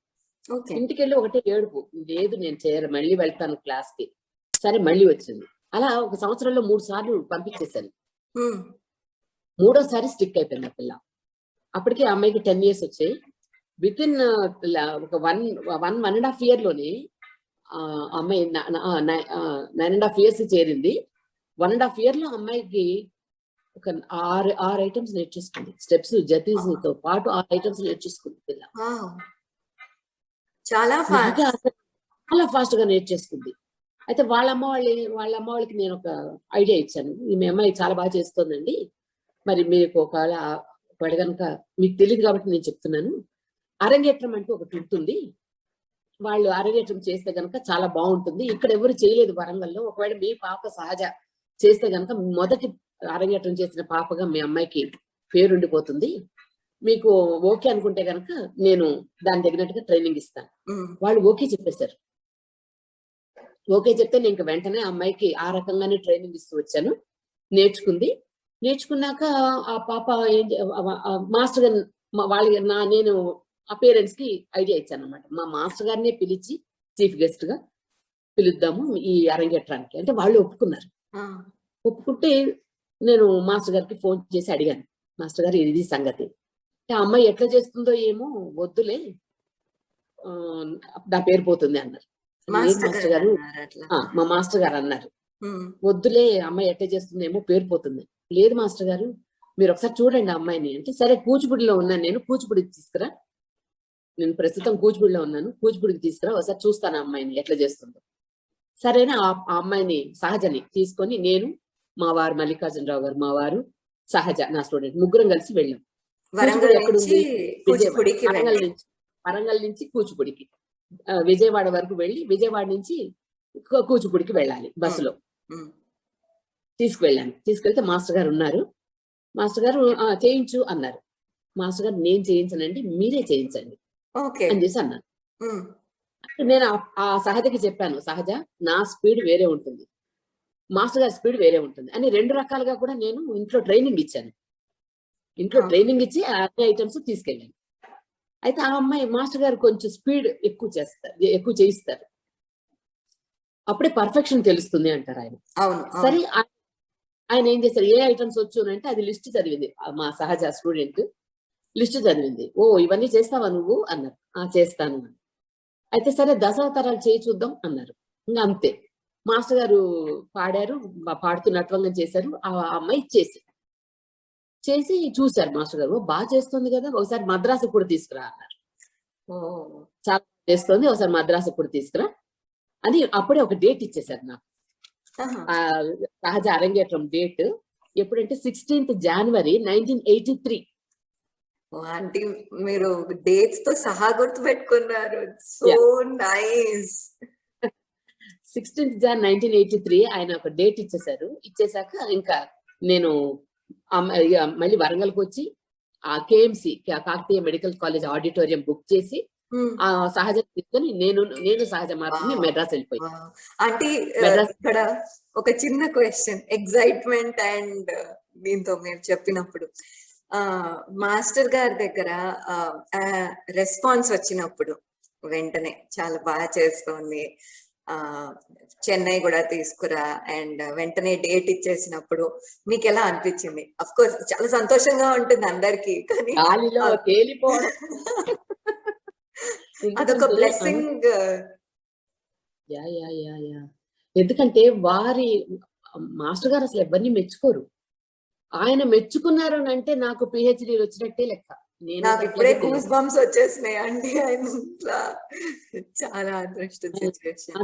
ఆయన చాలా నిజంగా సంతోషపడ్డారు. మెడ్రాస్ తీసుకెళ్ళాను. మెడ్రాస్ లో 100 మంది స్టూడెంట్స్ కదా, 100 మంది స్టూడెంట్స్ కాంపిటీషన్ గా చేసింది ఆ పాప సహజ.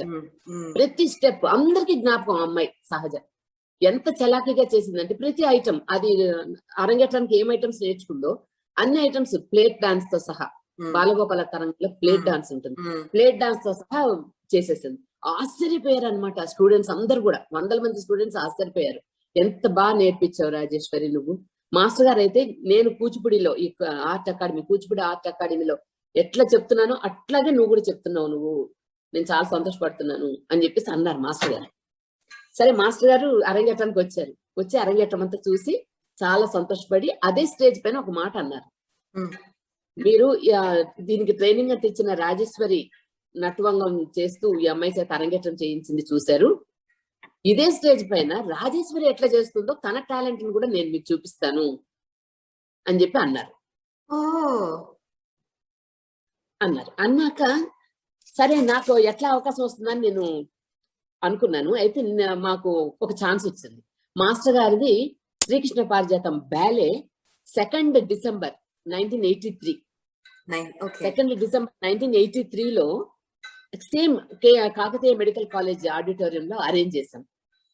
అరేంజ్ చేసినప్పుడు మాస్టర్ గారు ఏమన్నారంటే, ఒక శ్రీకృష్ణ పారిజాతం బ్యాలేకి ముందు ఒక 1 అవర్ నీ చేత నేను ఐటమ్స్ చేయిస్తాను, ఈ ఐటమ్స్ చెయ్యి అని ఆయన ఐటమ్స్ లిస్ట్ ఇచ్చారు.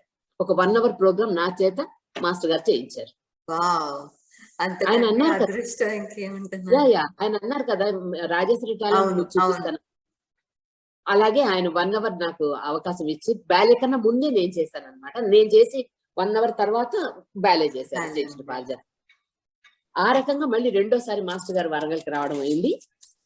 దాని తర్వాత నా స్కూల్ యానివర్సరీ చేద్దామని డిసైడ్ అయిపోయాను అనమాట. ఎప్పుడు 1984 26th ఫిబ్రవరి 1983లో జనవరిలో మీరు ఫస్ట్ సహజ చేత అరంగేట్రం ఆ తర్వాత డిసెంబర్ లో అదే సంవత్సరం గురుగారు మాస్టర్ గారు వచ్చారు, మీకు అవకాశం ఇచ్చారు. 1 అవర్ టైం, అది చాలా టైం అండి. ఆ టైంలో 1 అవర్ స్టేజ్ దొరకటం అంటే చాలా విషయం. 1 అవర్ అండ్ ఆ తర్వాత next year immediate next year ఫిబ్రవరిలో నేను యానివర్సరీ చేస్తున్నాను మాస్టర్ గారు, మీరే దానికి మీరు చీఫ్ గెస్ట్ గా రావాలి, మీరు దీనికి మీ యొక్క పర్మిషన్ ఒకటి తీసుకుంటున్నాను నేను. మీరు కోరియోగ్రఫీ చేసిన శ్రీకృష్ణ పారిజాతం బ్యాలేనే సేమ్ బ్యాలే స్క్రిప్ట్ అంతా మీది, కోరియోగ్రఫీ నాది. అదే బ్యాలే కోరియోగ్రఫీ చేసి నేను నా స్టూడెంట్స్ కి నేర్పించి మీకు దాన్ని గురుదక్షిణగా నేను మీకు ఇవ్వాలనుకుంటున్నాను. కాబట్టి మీరు దానికి చీఫ్ గెస్ట్ గా మీరు రావాలి అని అంటే తప్పకుండా వస్తానని చేసి అన్నారు. ఎందుకంటే ఆల్రెడీ ఒప్పుకున్నారు. ఎందుకంటే ఆల్రెడీ నేను ఏంటన్నది చూసేసారు కదా, కాబట్టి ఒప్పుకున్నారు. ఆయన ఒప్పుకొని వచ్చారు. నేను హోటల్ బుక్ చేస్తానంటే వద్దన్నారు. వద్దు, నువ్వు మీ ఇల్లు ఉండగా హోటల్ ఎందుకు అని మా ఇంట్లోనే ఆయన ఉన్నారు గెస్ట్ గా. సరే పిల్లలకి అందరికి నేను కూడా సేమ్ మాస్టర్ గారి ప్యాటర్న్ లోనే ఫస్ట్ 1 అవర్ 4 స్టూడెంట్స్ తో సోలో ఐటమ్స్ చేయించాను. తర్వాత శ్రీకృష్ణ పారిజాతం బ్యాలే చేయించాను అనమాట. అయితే దానికి పిల్లలకి అందరికి మేకప్ నేనే చేశాను. కృష్ణుడికి కానీ నాన్నకి కానీ నేనే మేకప్ చేస్తుంటే మాస్టర్ గారు ఇంట్లోనే చేస్తుంటే చూసి మాస్టర్ గారు కూడా మేకప్ చేశారు. మాస్టర్ గారు కూడా కృష్ణుడికి నారదుడికి మేకప్ చేశారు. ఇట్లా ఉండాలి, ఇక్కడ ఇట్లా ఉండాలి అని చెప్పి ఆయన సజెస్ట్ చేశారు. చేశాక సరే దాన్ని వెళ్ళాము. అక్కడ నా అదృష్టం ఏంటంటే నాకు ఆధ్యాత్మిక గురువులైన శ్రీ శివానందమూర్తి గారు ప్లస్ నా నాట్య గురువులైన వెంపటి సత్యం మాస్టర్ గారు, ఇద్దరు గురువుల్ని నేను కూర్చోపెట్టి నేను అక్కడ వాళ్ళకి నా శ్రీకృష్ణ పారిజాతం అండ్ సోలో ఐటమ్స్ నేను వారికి సమర్పించుకున్నాను అనమాట. అయితే ఆడియన్స్ చాలా మంది వచ్చారు, చాలా బాగా జరిగింది. అండ్ స్కూల్ యానివర్సరీ చాలా చాలా బాగా జరిగింది. అంతా అయిపోయినాక మాస్టర్ గారు స్టేజ్ పైనకి వచ్చి చెప్తున్నారు అనమాట ఆడియన్స్ తో. ఒక 5 నిమిషాలు లేట్ గా ఎందుకు స్టార్ట్ అయింది అనుకుంటున్నారు ప్రోగ్రాము? రాజేశ్వరి పిల్లలందరికీ మేకప్ చేసింది, అందుకని ఇక్కడ 5 నిమిషాలు లేట్ గా స్టార్ట్ అయింది డాన్స్ ఈ ప్రోగ్రాము. చాలా బాగా నటవంగం చేసింది రాజేశ్వరి, చాలా బాగా కొరియోగ్రఫీ చేసింది, చాలా బాగా చెప్పిస్తోంది పిల్లలకి. రాజేశ్వరి నా స్టూడెంట్ అయినందుకు నేను ఈ రోజు గర్వపడుతున్నాను నేను అని చెప్పి అప్పటికప్పుడు ఒక 500 రూపాయలు చెక్ రాసిచ్చారు నాకు. ఆశీర్వాదం, అది నిజంగా అదే ఆశీర్వాదం. చెక్ రాసి నా చేతికిచ్చారు, నన్ను బ్లెస్ చేశారు. చాలా బాగా చేసావు, నువ్వు చాలా బాగా చేయించావు, కొరియోగ్రఫీ చాలా బాగా చేసావు అని చెప్పి చాలా బ్లెస్సింగ్స్ ఇచ్చారు. మా ఆధ్యాత్మిక గురువులైన శ్రీ శివానందమూర్తి గారు కూడా సేమ్ అలాగే నన్ను బ్లెస్ చేశారు. వాళ్ళిద్దరూ చాలా సంతోషపడ్డారు. ఆడియన్స్ అందరూ అసలు చాలా చాలా మంచి రెస్పాన్స్ వచ్చింది ఆడియన్స్ దగ్గర నుంచి కూడా. ఆ రకంగా తర్వాత ఇంటికి వచ్చేసాం. ఇంటికి వచ్చాక నైట్ 11, 11:30, 12 ప్రాంతంలో మా మాస్టర్ గారు మా ఇంట్లోనే కదా ఉన్నారు. ఆయన నట్వంగం చాలా బాగా చేసావు, ఎవరి దగ్గర నేర్చుకున్నావు నట్వంగం అని అడిగారు. నేను ఎవరి దగ్గర నేర్చుకోలేదండి, మీరు నట్వంగం చేసేది వింటూ అది మీరు ఎలా చేస్తారు అని ఆలోచిస్తూ అలా నేర్చుకున్నాను నేను. నాకు ఈ నట్వంగం మాత్రం నేను ఎవరి దగ్గర నేర్చుకోలేదు అని చెప్పారు. చాలా బాగా చేసావు నట్వంగం, నట్వంగంలో కొన్ని మెళుకువలు చెప్తాను నీకు నేను అని చెప్పి ఆ రాత్రప్పుడు నాకు కొన్ని మెళుకువలు నేర్పించారు. నట్వంగంలో ఇట్లా చేయి ఇంకా బాగా వస్తుంది, ఇట్లా చేయి ఇంకా బాగా వస్తుందని ఆయన నా దగ్గర 2 సెట్స్ ఉన్నాయన్నమాట, నట్వంగం తాళాల సెట్లు. ఒకటి ఆయన తీసుకొని ఒకటి నన్ను తీసుకోమని చెప్పి ఆయనతో పాటు నన్ను కూడా చేయించారు. ఇక్కడ ఇలా చెయ్యి బాగుంటుంది, ఇక్కడ ఇలా గ్యాప్ ఇవ్వు బాగుంటుంది, చాలా బాగా చేసావు అని చెప్పి మళ్ళీ ఆశీర్వదించారు. నాకు ఆ రోజు మాత్రం చాలా ధన్యం అయిపోయింది నా జీవితం. ఆయన నోటి నుంచి బాగుంది అని అననే అన్నారు. అలాంటిది నాకు ఆయన అన్నారంటే మాత్రం నాకు PhD వచ్చినట్లు అయిపోయింది నాకు ఆ రోజు. చాలా చాలా సంతోషం. ఎందుకంటే ఒక స్టూడెంట్ గా గురువు మెచ్చుకోవాలి అని మనకి ఉంటుంది, గురువు ఏమంటారు అని. ఆయన గీత గోవిందం డాన్స్ బ్యాలే చేశాను. చేసినప్పుడు అది ఎప్పుడు 1987 వాణిమహల్లో చేశాం, మెడ్రాస్ వాణిమహల్లో, చెన్నైలో. ఓకే. అప్పుడు మాస్టర్ గారే నాకు స్టేజ్ మీదకి కావాల్సినవన్నీ ఇచ్చారు. 2 స్తంభాలు, స్టేజ్ మీద అన్ని అరేంజ్ చేశారు. ఆయన ఇన్స్టిట్యూట్ నుంచి నాకు ఇచ్చారు, నువ్వు ఇది వాడుకో స్టేజ్ పైకి. అప్పుడు మాస్టర్ గారికి రావడానికి కుదరలేదు, ఆయన వేరే ప్రోగ్రామ్స్ కి బయట ఊరు వెళ్ళిపోయారు. వాళ్ళ అకాడమీ స్టూడెంట్స్ అందరూ వచ్చారు. తర్వాత ఎవరు మన కె విశ్వనాథ్ గారు, డైరెక్టర్ కె విశ్వనాథ్ గారు వచ్చారు, బాలమురళీకృష్ణ గారు వచ్చారు, సైవా మాస్టర్ అని డాన్స్ మాస్టర్స్ వచ్చారు. చూశారు ఒక 2.5 అవర్స్ ప్రోగ్రామ్. అది చూశాక కె విశ్వనాథ్ గారు నాతో అంటున్నారు అనమాట, స్వర్ణ కమలంలో నేను కూడా ఒక అష్టపది తీసుకున్నానమ్మా, కానీ నువ్వు స్టడీ చేసినంత ఇదిగా నేను స్టడీ చేయలేదు, కానీ చాలా బాగా చేశారు పిల్లలు. ఈ 2 పిల్లలు సినిమాలో యాక్ట్ చేస్తారా అని చెప్పి అడిగారు. రేఖ, పద్మ, ఆ 2 పిల్లల గురించి అడిగారు అనమాట విశ్వనాథ్ గారు. వీళ్ళు సినిమాలో చేస్తారా? వాళ్ళిద్దరు కూడా మేకప్ లో చాలా బాగుంటారు. అడిగితే వాళ్ళు ఏం మాట్లాడలేదు పిల్లలిద్దరు. అంత ఇంప్రెస్ అయిపోయారు అనమాట. ఆయన చాలా బాగా చేశారని చెప్పి మంచి కాంప్లిమెంట్స్ ఇచ్చారు. తర్వాత బాలమురళీకృష్ణ గారు కూడా చాలా బాగున్నాయి అష్టపదులన్నీ, వీటిలో కొంచెం మార్పులు చేస్తే కనుక నువ్వు వరల్డ్ వైడ్ గా నువ్వు ప్రోగ్రామ్స్ చేయొచ్చు, చాలా బాగున్నాయి, ఒకవేళ కనుక మీరు నా దగ్గరికి వస్తే నేను కొన్ని మీకు సలహాలు ఇస్తాను నేను అని చెప్పేసి అన్నారు. తప్పకుండా మ్యూజిక్ పరంగా చాలా తప్పకుండా అండి, తప్పకుండా మీ దగ్గరికి వస్తామని చెప్పేసి వారి ఆశీర్వాదం కూడా తీసుకున్నాను. తర్వాత నాకు కుదరలేదు వారిని కలవడానికి, నేను ఉండేదేమో వరంగల్, వారు ఉండేదేమో మెడ్రాస్, ఇలా ఉండడం వల్ల నాకు కుదరలేదు వారి దగ్గరికి వెళ్ళి సలహాలు తీసుకోవడానికి కుదరలేదు. ఆ రకంగా మెడ్రాస్ ప్రోగ్రామ్ లో కూడా చాలా చాలా మంచి రెస్పాన్స్ వచ్చింది. దాని తర్వాత బెంగళూరులో కూడా చేసాం అష్టపదుల ప్రోగ్రామ్, బెంగళూరులో కూడా చేసాము. బెంగళూరులో కూడా మంచి ప్రోగ్రామ్ అయింది, అది చాలా మంచి రెస్పాన్స్ వచ్చింది బెంగళూరులో కూడా. ఈ అష్టపదుల్లో ఒక ప్రత్యేకత ఏంటంటే జనరల్ గా ఎవరు చేసినా కూడా ఒక 2 చరణాలు చేసి తర్వాత మకుటం చేసేస్తారు అంతే.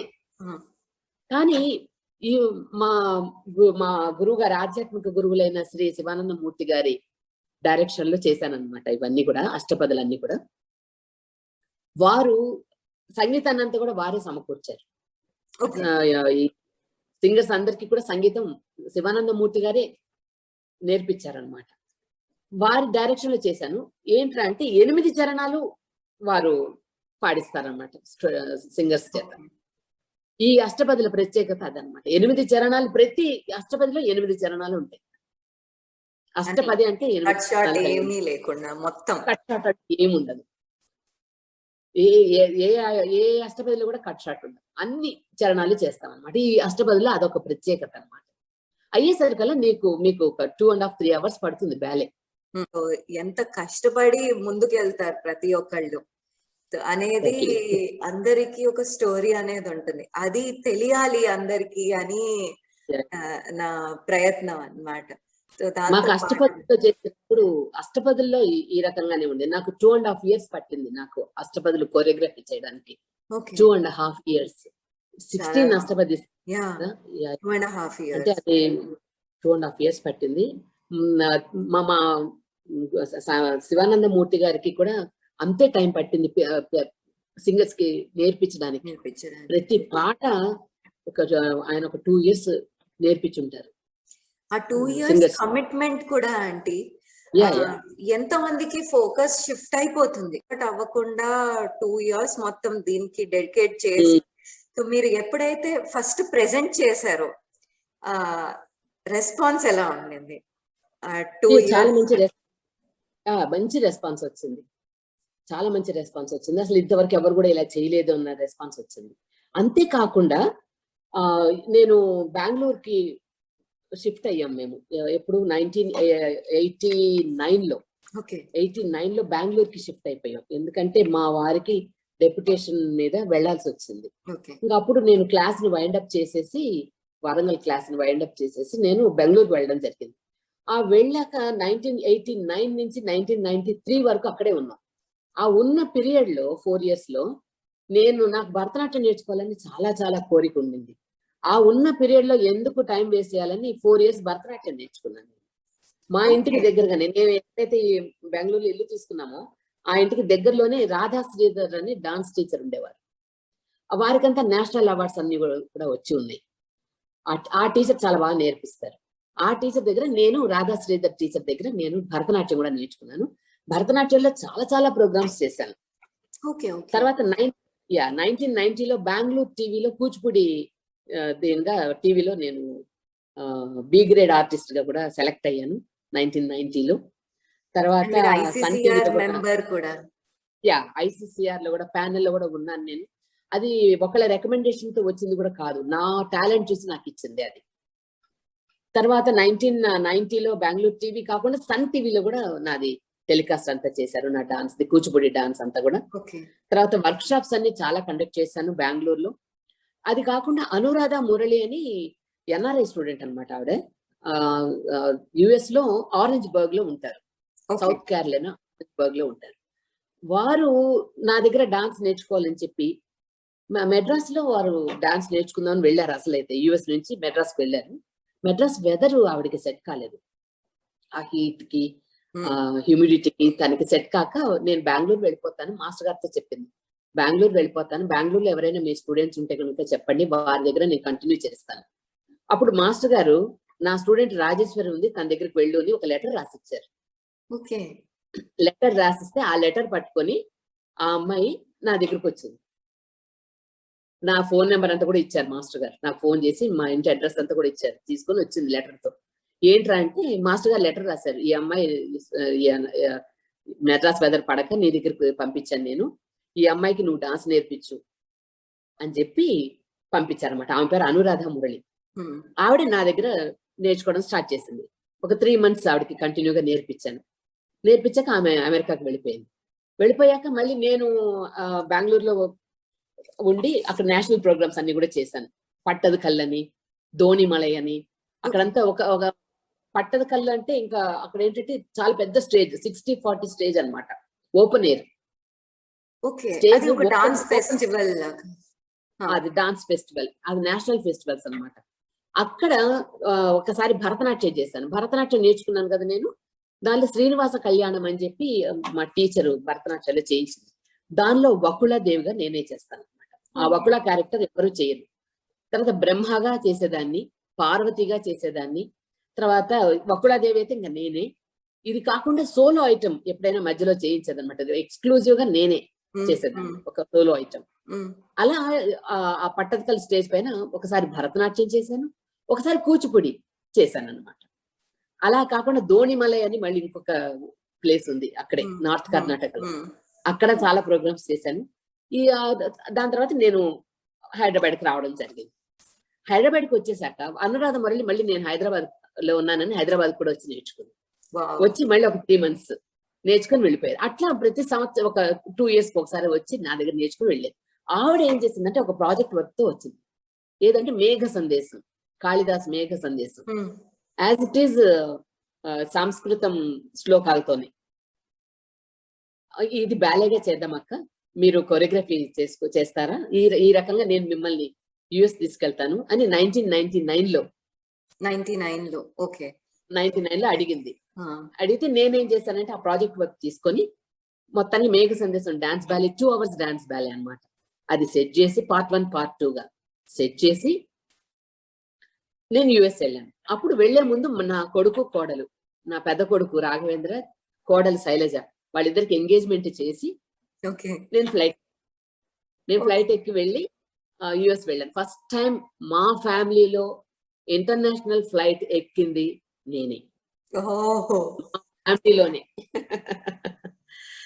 నేను గర్వంగా చెప్పుకుంటాను, ఎందుకంటే ఎంటైర్ ఫ్యామిలీలో డాన్స్ పరంగా వెళ్ళిన వాళ్ళు ఎవరు లేరు కదా. ఇంటర్నేషనల్ ఫ్లైట్ ఎక్కడం నేనే ఫస్ట్ అన్నమాట వెళ్ళింది. అలా వెళ్ళి 6 months టూర్ చేశాను నేను. అక్కడ వెళ్ళి అక్కడ నా స్టూడెంట్స్ ఉన్నారు, వేరే వేరే సిటీస్ లో మీరు పర్ఫార్మ్ చేశారు అక్కడ. అవును, అక్కడ నా స్టూడెంట్స్ ఉన్నారు. ఎవరైతే నా దగ్గర నేర్చుకొని పెళ్లి అయిపోయి వెళ్ళిపోయిన పిల్లలు అక్కడ ఉన్నారు. ఎక్కడ న్యూ జెర్సీలో ఉన్నారు, తర్వాత ర్యాలీలో ఉన్నారు.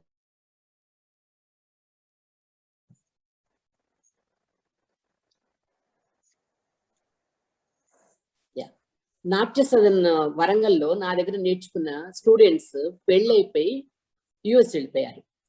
ఆ వెళ్ళిన పిల్లలు కొంతమంది న్యూ జెర్సీలో, కొంతమంది ర్యాలీలో ఉన్నారు. వాళ్ళని పిలిచాను. నేనున్న place Orangeburg, South Carolina Orangeburg లో నేనున్నాను. అక్కడికి పిలిపించి వాళ్ళకు కూడా ట్రైనింగ్ ఇచ్చి మళ్ళీ లోకల్ గా ఉండే ఆరెంజ్ బర్గ్ లో లోకల్ గా ఉండే స్టూడెంట్స్ ని తీసుకొని అనురాధ మురళిని కూడా తీసుకొని అక్కడ మేఘ సందేశం డాన్స్ బ్యాలే ప్రెజెంట్ చేశాం. వీళ్ళందరినీ ట్రైన్ చేసి ప్రెజెంట్ చేశాం. ఆ రకంగా ఎక్కడెక్కడ చేశామంటే Georgia, Columbia, South Carolina, North Carolina, Raleigh, Charlotte, Saint Louis, Detroit, ఈ ప్లేసెస్ అన్నిట్లో కూడా మేఘ సందేశం అండ్ గీత గోవిందం ప్రోగ్రామ్స్ చేశాం అన్నమాట. అలా ఒక 6 months టూర్ చేశాను నేను అక్కడ. టూర్ లోనే ఒక వర్క్ షాప్ కూడా చేసి వచ్చాను. అక్కడున్న అమెరికన్ సిటిజన్స్ పిల్లలు, వాళ్ళతో ఇంటరాక్షన్ కోసమని నన్ను పిలిచారు. పిలిచినప్పుడు నేను వెళ్ళి వాళ్ళకి అన్ని చూపించాను అనమాట. వాళ్ళు అడిగారు ప్యారెట్ ఎట్లా చూపిస్తారు అంటే నేను ప్యారెట్ చూపించాను, పీకాక్ ఎట్లా చూపిస్తారు అంటే పీకాక్, డీర్ ఎట్లా చూపిస్తారు అంటే ఇట్లా అన్ని వాళ్ళు ఏమడుగుతున్నారో అవి నేను చేసి చూపించాను. ఒక లెక్చర్ డెమాన్స్ట్రేషన్ ప్లస్ వాళ్ళకి కావాల్సినట్టు. లెక్చర్ డెమాన్స్ట్రేషన్ లా కూడా కాదు, ఊరికి పిల్లలతో కూర్చొని అక్కడ రెసిడెంట్స్ తో, వాళ్ళు చాలా చాలా హ్యాపీగా ఫీల్ అయ్యారు. చాలా హ్యాపీగా ఫీల్ అయ్యారు. ఆ రకంగా నేను ఆ పిల్లలతో అక్కడ కూడా అది చిన్న వర్క్ షాప్ అని కూడా అనలేను, నేను ఒక చిన్న ఇంటరాక్షన్ సెషన్ లో కూడా ఉన్నాను అన్నమాట. కానీ ప్రతిదీ ఒక మెమరబుల్ ఎక్స్పీరియన్స్. ఎస్. తర్వాత 2000 ఇయర్ లో నేను ఒకసారి మళ్ళీ యుఎస్ వెళ్ళినప్పుడు అక్కడ ఒక టీచరు, ఆ టీచర్ పేరు నేను మెన్షన్ చేయను, ఆ టీచరు ఒక వర్క్ షాప్ కండక్ట్ చేస్తుంది. దానిలో నన్ను రమ్మని చెప్పింది. సరే అని వెళ్ళాను. వెళ్ళి అక్కడ స్టూడెంట్స్ కూడా వర్క్ షాప్ లో నేను కూడా చెప్పడం జరిగింది. అయితే సడన్ గా ఆ టీచర్ ఇండియాలో, ఆ టీచర్ ఫాదర్ ఇండియాలో ఉంటారు, ఆయన చనిపోయారు. కాబట్టి ఆవిడ ఇండియాకి రావాల్సి వచ్చింది. వచ్చినప్పుడు ఆవిడకి ఒక అరంగేట్రం ఉందన్నమాట, ప్రోగ్రామ్ స్టూడెంట్ చేత చేయించాలి. అప్పుడు నన్ను అడిగింది, అక్క మీరు ఏమనుకోవద్దు, నా సిచ్యువేషన్ ఇది, నేను వెళ్లాల్సి వస్తోంది ఇండియాకి, మా ఫాదర్ ఎట్లయింది, మీరు ఏమనుకోకుండా నా స్టూడెంట్ చేత అరంగేట్రం చేయిస్తారా అని అడిగారు. ఓ తప్పకుండా అమ్మ, దాన్ని సేమ్ స్టైల్ అవడం వలన నాకు అడ్వాంటేజ్ అయింది. మిమ్మల్ని రిక్వెస్ట్ చేశారు అరంగేట్రం చేయించగలరా అని. అరంగేట్రం చేయించమని చెప్పి ఆ టీచర్ నన్ను రిక్వెస్ట్ చేశారు. సరే నేను ఓకే చెప్పాను. ఎందుకంటే సేమ్ స్టైల్, మాస్టర్ గారి స్టైల్, వెంపటి మాస్టర్ గారి స్టైలే ఆవిడ కూడా నేర్పిస్తోంది. అది నాకు అడ్వాంటేజ్ అయింది. సరే ఆ స్టూడెంట్ ఎవరంటే పూజా జాధవ్, ఆవిడ అరంగేట్రం మార్గన్ హిల్ అని కాలిఫోర్నియాలో ఉంది, అక్కడ చేయించాను. ఆర్కెస్ట్రాతో అంతా కూర్చొని ప్రాక్టీస్, ఒక 4 రోజులు ప్రాక్టీస్ చేశాము, చేయించాక 5వ రోజు నేను అరంగేట్రంలో నేను నటవంగం చేస్తే అమ్మాయి చేసింది. చాలా చాలా బాగా వచ్చింది ప్రోగ్రామ్.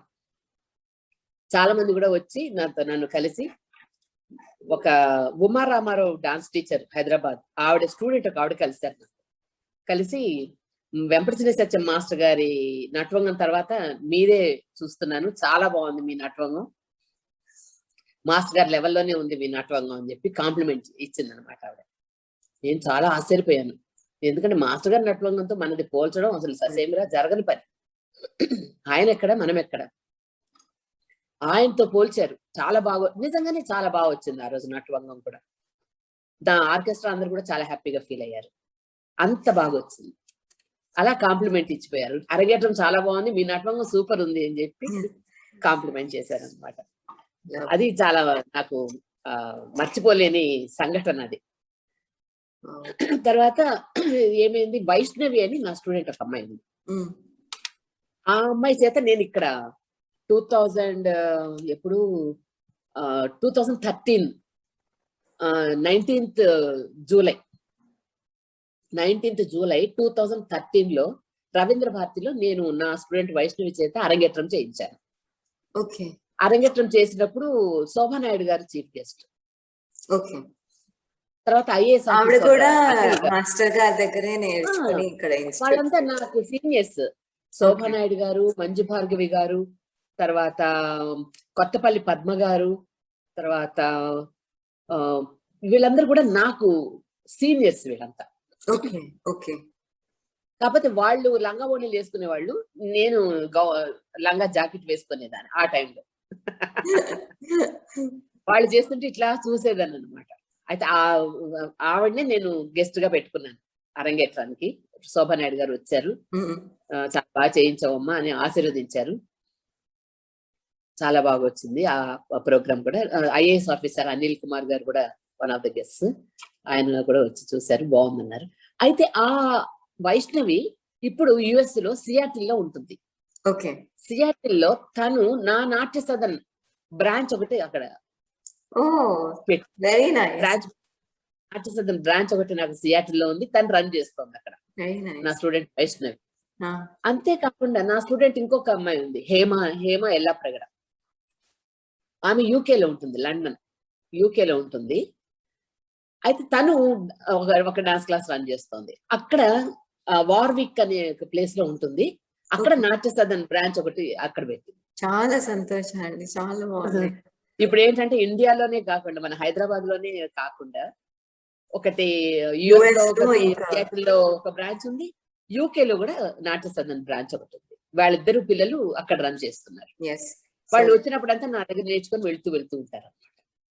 ఆ రకంగా నాట్య సదన్ బ్రాంచెస్ ఈ ప్లేసెస్ లో ఉన్నాయి. చాలా బాగుంది. ఈ రకంగా మాస్టర్ గారు నాకు నేర్పించిన విద్యని నేను నా స్టూడెంట్స్ కి నేర్పించి, నా స్టూడెంట్స్ మళ్ళీ వాళ్ళ స్టూడెంట్స్ కి నేర్పిస్తూ, ఇట్లా మొత్తాన్ని ప్రపంచంలో అన్ని చోట్ల కూచిపూడి నాట్యం అంటూ స్ప్రెడ్ అవుతోంది. చాలా సంతోషం, చాలా సంతోషం. అంటే మీరు చాలా బ్యాలెన్స్ కొరియోగ్రాఫ్ చేశారు, దాదాపు ఒక 5-6 బ్యాలెన్స్ కొరియోగ్రాఫ్ చేశారు. అది కాకుండా ఇండివిజువల్ కొరియోగ్రఫీస్ కూడా చేశారు. మీరు శ్రీకృష్ణ పారిజాతం, తర్వాత మేఘ సందేశం, గీత గోవిందం, ఇవన్నీ చేశారు. మీరు కొరియోగ్రఫీ చేసేటప్పుడు ఎలాంటి ఆస్పెక్ట్స్ మీరు కన్సిడరేషన్ లో తీసుకుంటారు, లేక ఒక డాన్సర్ ఎలాంటి ఆస్పెక్ట్స్ దృష్టిలో పెట్టుకుని కొరియోగ్రాఫ్ చేయాలి అంటారు మీరు? అయితే నేను ఈ శ్రీకృష్ణ పారిజాతం బ్యాలే, గీత గోవిందం బ్యాలే, మేఘ సందేశం బ్యాలే, తర్వాత గురుతత్వ వైజయంతి అని మా ఆధ్యాత్మిక గురువులైన శ్రీ శివానందమూర్తి గారి జీవిత చరిత్ర. ఓకే. జీవిత చరిత్రని నేను బ్యాలేగా చేశాను. దానిలో 40 మంది స్టూడెంట్స్ అన్నమాట. దానిలో 40 మంది స్టూడెంట్స్. ఆయనకి 75th బర్త్డే నాడు ఆయనకి అది ప్రెజెంట్ చేసాం అనమాట. గురుగారిని మా ఆధ్యాత్మిక గురువులైన శ్రీ శివానందమూర్తి గారికి పుట్టినరోజు 75వ సంవత్సరం పుట్టినరోజు సందర్భంగా మేము అది గురుతత్వ వైజయంతి చేయడం జరిగింది. నోబుల్ థాట్ అండ్ చాలా క్రియేటివ్ థాట్. చాలా బాగుంది, చాలా బాగుంది. చాలా చాలా అది చాలా బాగా వచ్చింది కూడా గురుతత్వ వైజయంతి. అయితే ఇప్పుడు బ్యాలెన్స్ గానీ సోలోస్ ఐటమ్స్ గానీ ఏవి మనం కొరియోగ్రఫీ చేయాలని అనుకున్నప్పుడు శాస్త్రాన్ని మనం దాటిపోకూడదు. శాస్త్రంలో, నాట్యశాస్త్రంలో ఎట్లా ఉందో, భరతముని నాట్యశాస్త్రంలో ఎట్లుందో అదే రకంగానే మనం అన్ని ఫాలో అవుతూ నీ యొక్క స్కిల్స్, కోరియోగ్రఫీ స్కిల్స్ ని దానిలో పెడుతూ కోరియోగ్రఫీ చేయాలి. ఇప్పుడు ఫర్ ఎగ్జాంపుల్ చావుని మనం స్టేజ్ పైన ప్రజెంట్ చేయకూడదు. తర్వాత తల విరబోసుకొని ఏడ్చడాలు కానీ ఇవన్నీ కూడా కొన్ని ఉన్నాయి అన్నమాట. ఇట్లాంటివి మనం ప్రజెంట్ చేయకూడదు. తర్వాత ఇలాంటివి చిన్న చిన్నవి కొన్ని ఉన్నాయి శాస్త్రంలో చెప్పబడింది. ఇటువంటివి మనం దృష్టిలో పెట్టుకొని ఊరికే అభినయం చేయాలే గాని, వాటి గురించి చూపించాలే గాని, అభినయించాలే గాని అచ్చంగా అట్లా చెయ్యకూడదు అన్నది శాస్త్రంలో చెప్పబడింది. అవి దృష్టిలో పెట్టుకొని కనుక మనం కొరియోగ్రఫీ చేస్తే ఏవైనా సరే, నేను ఫర్ ఎగ్జాంపుల్ గా అవి 2 పాయింట్స్ చెప్పగలిగాను కానీ చాలా ఉన్నాయి. అలాంటి దృష్టిలో పెట్టుకొని కనుక చేస్తే కొరియోగ్రఫీ చేసేవాళ్ళు శాస్త్రాన్ని కొంచెం చదివి అవగాహన చేసుకొని, లేదంటే పెద్దవాళ్ళు ఎవరైనా తనకన్నా పెద్దవాళ్ళు ఈ నాట్యంలో ఎవరైతే ఉన్నారో వాళ్ళతో మాట్లాడి వాళ్ళ యొక్క సలహాలు కూడా తీసుకొని మీరు కొరియోగ్రఫీ కనుక చేస్తే అది తప్పకుండా శాస్త్ర విరుద్ధంగా మాత్రం ఉండదు, శాస్త్రపరంగానే ఉంటుంది. అట్లాంటివి కొన్ని పాటించాలి. నాకు కొరియోగ్రఫీ చేస్తున్నప్పుడు నాకు కొన్ని పాయింట్స్ తెలియదు, ఇలా పాటించాలి అన్నది తెలియదు. నేను శాస్త్రం చదివాను. తర్వాత మా గురువు ఆస్ట్రాలజీ కూడా చేశాను. మీరు ఎంఏ ఆస్ట్రాలజీ కూడా. నేను ఆడియన్స్ కి చెప్పాలనుకుంటున్నాను, Rajeshwari aunty Kuchipudi art academy master గారి దగ్గర డిప్లొమా చేయటమే కాదు, ఆవిడ ఎంఏ ఇన్ ఆస్ట్రాలజీ కూడా. అండ్ ఆవిడ చేసిన ప్రాజెక్ట్, అంటే అది ప్రాజెక్ట్ అనొచ్చా? మీరు ఆస్ట్రాలజీలో పార్ట్ ఆఫ్ అ ప్రాజెక్ట్, అది అందరికి డాన్సర్స్ హారోస్కోప్స్ తీసుకుని మీరు రీసెర్చ్ చేశారు. That is also such a different thought. చాలా డిఫరెంట్ థాట్. ఇప్పుడు నేను చదువుతున్నది ఎంఏ ఆస్ట్రాలజీ కాబట్టి, ఆ ఆస్ట్రాలజీలో నాట్యాన్ని అంటే ఏ గ్రహాలు గనక అనుగ్రహిస్తే వీళ్ళు ఈ నాట్యంలో నిష్ణాతులు అయ్యారు, దీన్ని కంటిన్యూ చేస్తున్నారు, దీన్ని దీనిలో పిహెచ్డి చేశారు అన్నది తెలుసుకోవాలి అని నాకు ఒక ఆలోచన వచ్చిందనమాట. వచ్చి నేను రిజిస్టర్ చేసుకున్నాను, నా జ్యోతిషం నాట్యం అని అట్లా తీసుకున్నాను అనమాట. మా స్టూడెంట్స్ కొంతమంది నేను చేస్తాం అని వచ్చారు. అయితే ఇంకొక స్టూడెంట్ అన్నారన్నమాట, మా క్లాస్మేట్స్, ఆవిడ సబ్జెక్ట్ అది, దానిలో మీరు ఎవరు వేలు పెట్టకండి కాబట్టి ఆవిడ కరెక్ట్ అది ఆ సబ్జెక్ట్ కి అని చెప్పేసి అన్నారు అనమాట. అలాగా నేను జ్యోతిషంలో నేను ప్రాజెక్ట్ వర్క్ ఉంటుంది, ఒక పేపర్. ఆ పేపర్ కి నేను ఒక 16 మంది హారోస్కోప్స్ కలెక్ట్ చేసి వాళ్ళు ఎందుకు ఈ ఫీల్డ్ లో నిష్ణాతులు అయ్యారు అన్నది నేను స్టడీ చేసి రాశాను. దానికి నాకు మంచి మార్కులు కూడా ఇచ్చారు. ప్రాజెక్ట్ వర్క్ లో నాకు మంచి మార్కులు వచ్చాయి. అందులో కొత్త సబ్జెక్ట్ ప్రెజెంటేషన్ కూడా. అంటే ఆ రకంగా కూడా ఆలోచించచ్చు అనే ఆస్పెక్ట్ మీరు తీసుకొచ్చారు, కొత్త రకం ఆలోచన. అది అవును, మనం అది మాత్రం నిజమే. జాతకాల పరంగా ఒక డాన్స్ లో ముందుకి వెళ్ళాలి అంటే ఒక్కొక్క డాన్సర్ లైఫ్ స్టోరీ కానీ వాళ్ళ జాతకం ప్రకారం ఏ గ్రహాలు ఎట్లా ఉన్నాయి, ఎలా అనుకూలంగా ఉన్నాయి, అవన్నీ చాలా బాగుంది. అలా ఆ రకంగా నేను కొరియోగ్రఫీ చేసినప్పుడు కొంతమంది పెద్దల్ని కలిసి నేను కొరియోగ్రఫీ చేయడానికి కొన్ని పాయింట్స్ నేర్చుకున్నాను. ఆ రకంగా నాకు మా శివానందమూర్తి గారు, ఆధ్యాత్మిక గురువులైన శ్రీ శివానందమూర్తి గారి గైడెన్స్ చాలా ఉంది. ఎలా ఎలా ఎలా ప్రజెంట్ చేయాలి, అసలు ఒక బ్యాలే గాని, ఒక సోలో ఐటమ్స్ గాని ఎట్లా ప్రజెంట్ చేయాలి, ఎట్లా ఆలోచించాలి అన్నది వారి దగ్గర నుంచి నేను నేర్చుకున్నాను. నేర్చుకుని ఇప్పటి వరకు కూడా ఆయన చూస్తే ఎట్లా చూస్తారు, ఏ కోణంలో చూస్తారు అన్న ఆలోచించే ఇప్పటికి కూడా నేను కొరియోగ్రఫీ చేసినప్పుడు అవన్నీ ఆలోచించి జాగ్రత్తగా చేస్తూ ఉంటాను. ఓ నైస్. అంటే మీరు చిన్నప్పటి నుంచి అంటే మీ తాతగారు ఫిలిం బ్యాక్గ్రౌండ్ నుంచి, ఆయన ఫిలిం యాక్టర్. సో అండ్ ఇప్పుడు నేర్చుకోవటం ఏమో కూచిపూడి ఆర్ట్ అకాడమీ నుంచి నేర్చుకున్నారు. ఆ బ్యాక్గ్రౌండ్ నుంచి మీరు సొంతంగా, ఎందుకంటే ఒక ఫిలిం యాక్టర్ కూతురు అనేసరికి చాలా ఇంపార్టెన్స్ అండ్ ఒక ప్రివిలేజ్ లాగా ఉంటుంది. అలాగే మాస్టర్ గారి స్టూడెంట్ అంటే కూడా చాలా ప్రివిలేజ్ ఉంటుంది. అవి రెండిటితో పాటు అంటే మీరు విడిగా మీకంటూ ఒక ఐడెంటిటీ క్రియేట్ చేసుకున్నారు. మీరు ఇన్స్టిట్యూట్ సెటప్ చేసినప్పుడు, మీరు ఇది ఫుల్ టైం కెరియర్ గా తీసుకుందామని డిసైడ్ చేసినప్పుడు, మీకు ఆ కాలం నుంచి మీకు ఎలాంటి ఛాలెంజెస్ ఏమైనా ఫేస్ చేశారా? ఎందుకంటే చాలా మందికి ఒక మంచి ఫిలిం బ్యాక్గ్రౌండ్ నుంచి లేకపోతే అలాంటి ఫ్యామిలీ నుంచి వస్తున్నారంటే చాలా మందికి అది అడ్వాంటేజ్ గా ఉంటుంది, డిసడ్వాంటేజ్ గా కూడా ఉంటుంది చాలా సిచ్యువేషన్స్ లో. సో మీరు ఎలాంటి ఛాలెంజెస్ ఫేస్ చేశారు? ఎలాంటి అంటే గీత గోవిందం చేసినప్పుడు మాత్రం నేను చాలా చాలా భయపడ్డాను. ఎందుకంటే అది చిన్న సబ్జెక్ట్ కాదు, గొప్ప గొప్ప ఇది గ్రంథం కదా. నేను చేయగలుగుతానా ఇంత పెద్ద కావ్యాన్ని? అంటే నాకంత కెపాసిటీ ఉందా? మా ఆధ్యాత్మిక గురుగారు ఏమన్నారంటే, నా దగ్గర గీత గోవిందం ఉంది, నువ్వు చేస్తావా? నేనే అడిగాను ఆయన్ని. ఒకరోజు మా ఇంటికి మేము పిలిచాము, నా డాన్స్ ఇన్స్టిట్యూట్ చూపించాలని చెప్పి గురుగారిని వెళ్ళి అడిగితే వస్తానమ్మా అన్నారు. వచ్చారు, పిల్లల చేత చేయించాను, చూశారు, చాలా చాలా బాగుంది, పిల్లలు బాగా చేస్తున్నారు అని అన్నారు. నాకు మహా విందు భోజనం చేసినంత ఆనందంగా ఉంది అన్నారు. అని ఈ సందర్భంగా నేను నీకు ఒక ప్లాట్ గిఫ్ట్ గా ఇచ్చేస్తాను నేను అని చెప్పి గురుగారు నాకు ఒక ప్లాట్ గిఫ్ట్ గా ఇచ్చారు. ఆ రోజు అంత ఆనందపడ్డారు అనమాట. పిల్లల చేత ఆ నాట్యం అది చూసి, నేను చేయించే విధానం, చెప్పిన శ్లోకాలు అవన్నీ చూసి, సిస్టమేటిక్ గా చెప్పిస్తున్నావు నువ్వు, తాళం నీ తర్వాత ఎవరైనా, తాళం చాలా బాగా వేస్తున్నావు నువ్వు, నీ తర్వాత ఎవరైనా, తర్వాత నాకు ఇవాళ మహా విందు భోజనం చేసినంత ఆనందంగా ఉంది, నీకు నేను ఒక ప్లాట్ గిఫ్ట్ గా ఇచ్చేస్తున్నాను అని చెప్పి ఇచ్చారు. నేను చాలా సంతోషపడ్డాను. అప్పుడు ఒక మాట అడిగాను వారు, నేను ఎవ్వరూ చెయ్యనిది చెయ్యాలని ఒక కోరిక ఉంది నాకు గురుగారు, కాబట్టి నన్ను అనుగ్రహించండి అని చెప్పి దండం పెట్టుకున్నాను. అప్పుడు ఆయన అన్నారు, నా దగ్గర గీత గోవిందం కావ్యం ఉంది, నువ్వు చేస్తావా అని అడిగారు. పెట్టేశారు ఆయన.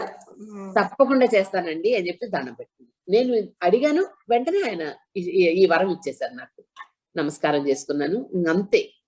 వెరీ నెక్స్ట్ మంత్ నుంచి నాకు వారు ఎవరికి అయితే పాటలు గురుగారే కూర్చొని పాట చెప్పిస్తారు, రాగం ఇట్లా ఉంది పాడాలి అని వారే ట్రైనింగ్ ఇస్తారనమాట సింగర్స్ కి. వారు పాడిందంతా తీసుకొచ్చి నాకు ఇచ్చేవారు క్యాసెట్. అప్పుడు క్యాసెట్లు ఉండేవి, సీడీలు అవి లేవు కదా. నేను అప్పుడు చిన్న టేప్ రికార్డర్ ఒకటి కొనుక్కొని ఆ పాటలన్నీ ఫస్ట్ నేను నేర్చుకోవాలి కదా. నేను అదే ఇంతకు ముందు చెప్పాను కూడా, మా మాస్టర్ గారి దగ్గర సంగీతం సంస్కృతం నేర్చుకున్నాను అని. ఆ పాట విని, ఆ పాట నేను నేర్చుకుని ఫస్ట్ కొరియోగ్రఫీ చేయాలంటే ఫస్ట్ నాకు పాట రావాలి. పాట వస్తే గానీ నాకు అడుగు పడదు. పాట అంతా నేను నేర్చుకొని కొరియోగ్రఫీ స్టార్ట్ చేశాను. కొరియోగ్రఫీ స్టార్ట్ చేశాక ఇంకా అట్లా ఆ రకంగా 2.5 years కొరియోగ్రఫీ చేయడం జరిగింది గీత గోవిందం కావ్యాన్ని. 16 అష్టపదులు కొరియోగ్రఫీ చేశాను. అది ఛాలెంజ్ గా తీసుకున్నాను నేను, ఎందుకంటే చిన్న కావ్యం కాదు అది. 16 అష్టపదులు అంటే అసలు చాలా చాలా కష్టం. అందులో 8 చరణాలు ఉంటాయి.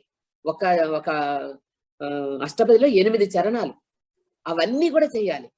దాని రిపిటేషన్స్ అంటే ఒక్కొక్క ఐటమ్ నీకు కనీసం 15 మినిట్స్ 20 మినిట్స్ వస్తుంది ఒక్కొక్క ఐటమ్. దశావతార అష్టపది అయితే 22 మినిట్స్ ఐటమ్ ఉన్నది అది. అంటే అది ఏంటి కొన్ని తగ్గించుకోవాల్సి వస్తుంది, మళ్ళీ భావం దెబ్బతినకూడదు. అలాంటి టైంలో నేను ఛాలెంజ్ గా తీసుకున్నాను అనమాట. రిపిటేషన్స్ తక్కువ ఉండాలి, భావం కరెక్ట్ గా రీచ్ అవ్వాలి. ఈ రకంగా చేయడానికి నాకు 2.5 years పట్టింది. ఒక చోట వచ్చేసరికల్లా ఆగిపోయింది. నేను మా గురువు గారిని అడిగాను, ఈ అష్టపది ఎట్లా స్టార్ట్ చేయాలో నాకేం అర్థం కావట్లేదు, మీరు కొంచెం గైడ్ చేస్తారా గురుగారు? నువ్వు కూర్చొని ఆలోచించు అన్నారు. అంటే సరే, నన్నే ఎడ్యుకేట్ చేస్తున్నారు కదా అని నేనే కూర్చొని ఆలోచించాను. నాకు ఎంతకీ రావట్లేదు, ఎట్లా స్టార్ట్ చేయాలో రావట్లేదు. లాస్ట్ కి నాకు ఒకరోజు ఆయన్ని ప్రార్థన చేశాను. ఏమనంటే, మీరు డైరెక్ట్ గా వచ్చి చెప్పడానికి కుదరట్లేదు కాబట్టి మీరు నా మనసులో ఉండి మీరే డైరెక్ట్ చేయాలి అని నేను వారిని ప్రార్థించాను. తదాస్తు, జయోస్తు, దిగ్విజయోస్తు అని ఆశీర్వదించారు. అంతే. దాని తర్వాత నుంచి ఇంకా ఇట్లా వచ్చేస్తున్నాయి అన్నమాట థాట్స్. గంగా ప్రవాహానికి అడ్డు వేయొచ్చు, కానీ నా థాట్స్ కి అడ్డు వేయలేకపోయాను నేను. అంతే. అంటే ఆయన అనుగ్రహం అట్లుంటుంది. ఇంకా అప్పుడు బ్రేక్ పడింది కదా, ఇంకా బ్రేకే లేదు, ఇట్లా వెళ్ళిపోయింది అనమాట. ఆయనే మనసులో ఉండి నాకు అన్ని చేయించారు. ఇంకా ఛాలెంజ్ గా తీసుకున్నాను, ఎట్లయినా సరే వీటిలన్నిటిని కంప్లీట్ చేసేసేయాలి. అన్ని చాలా బాగా వచ్చాయి, ఆయన అనుకున్న రీతిలోనే వచ్చాయి. ఆయన ఎట్లా చూసారో అట్లాగే వచ్చాయి.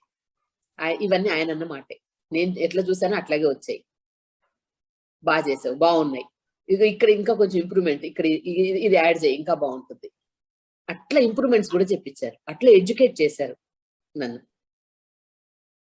అందుకని ఇవాళ రోజున నేను కొరియోగ్రఫీ అంటే మాత్రం నేను ఎంత ఒళ్ళు దగ్గర పెట్టుకుంటానంటే, గురువు గారు చూస్తారు, గురువు గారిని మెప్పించాలి, గురువుగారు ఎట్లా చేస్తే ఇష్టపడతారో అట్లాగే నేను చెయ్యాలి అని ఇవాళ రోజున కూడా నాకు కొరియోగ్రఫీ ఏదైనా చేస్తున్నానంటే మాత్రం భయం. గురుగారిని ధ్యానం చేసి చేస్తూ ఉంటాను. కానీ ఆయన దయ వలన మొత్తానికి ఈ రకంగా గురువుగారు ఒక ప్రాజెక్ట్, ఈ అష్టపదులే కాకుండా మన కథ అని ఒకటి టీవీ సీరియల్ ఒకటి వచ్చింది టీవీలో. ఎప్పుడంటే 2006 లో మన కథ అని ఒక టీవీ సీరియల్. దానికి టైటిల్ సాంగ్ సిరివెన్నెల సీతారామ శాస్త్రి గారు రాశారు. అయితే వారు అడిగారట, మా గురువు గారి దానికి అంతా డైరెక్షన్ అంతా ఆయన డైరెక్షన్ లోనే జరిగింది మన కథ. ఎవరు కొరియోగ్రఫీ చేస్తున్నారు గురువు గారు ఈ పాటకి అని సీతారామ శాస్త్రి గారు గురువు గారిని అడిగారట. అంటే రాజేశ్వరి చేస్తోంది ఈ పాటకి కొరియోగ్రఫీ అన్నారు. ఓ రాజేశ్వరి గారా, అయితే ఓకే, నో ప్రాబ్లం. అయితే ఒకరోజు గురువు గారే నాకు ఫోన్ చేశారు. పొద్దున 6 గంటలప్పుడు గురుగారి దగ్గర నుంచి ఫోన్ వచ్చింది, ఫోన్ కాల్. నేను ఆశ్చర్యపోయాను, గురుగారు నాకు ఫోన్ చేయడం ఏంటి అని.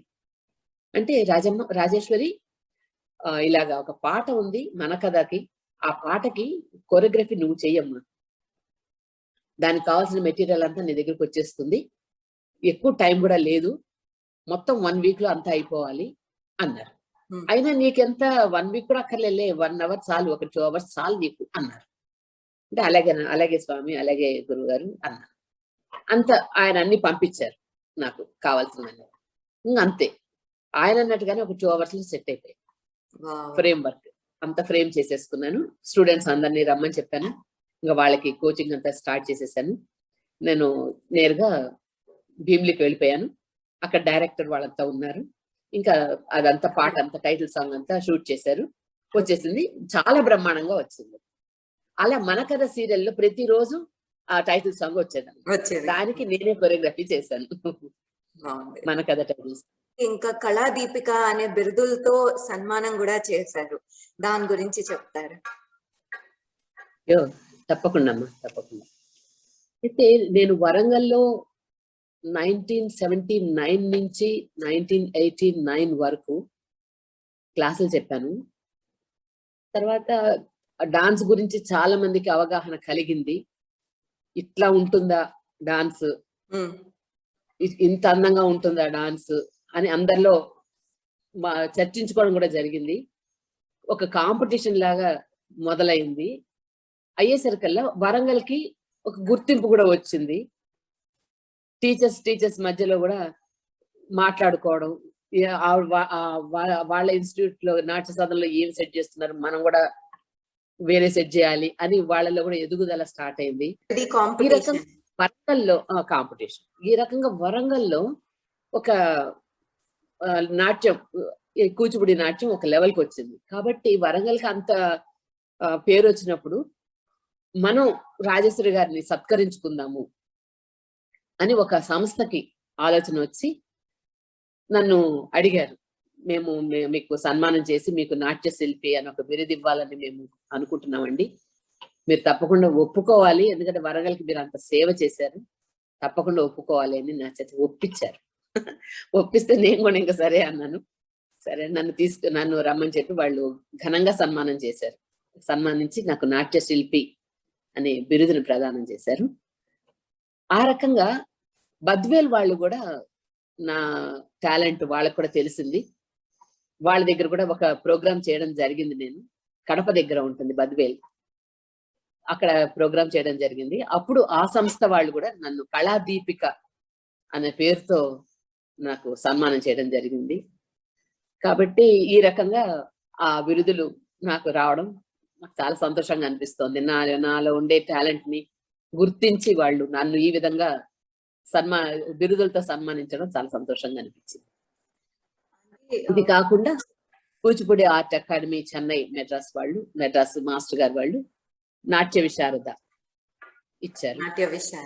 అది అన్నిటికన్నా చాలా గొప్ప బిరుదు నాకు అది, నాట్య విశారద బిరుదు. దానికి ఎప్పటికైనా ప్రథమ స్థానమే.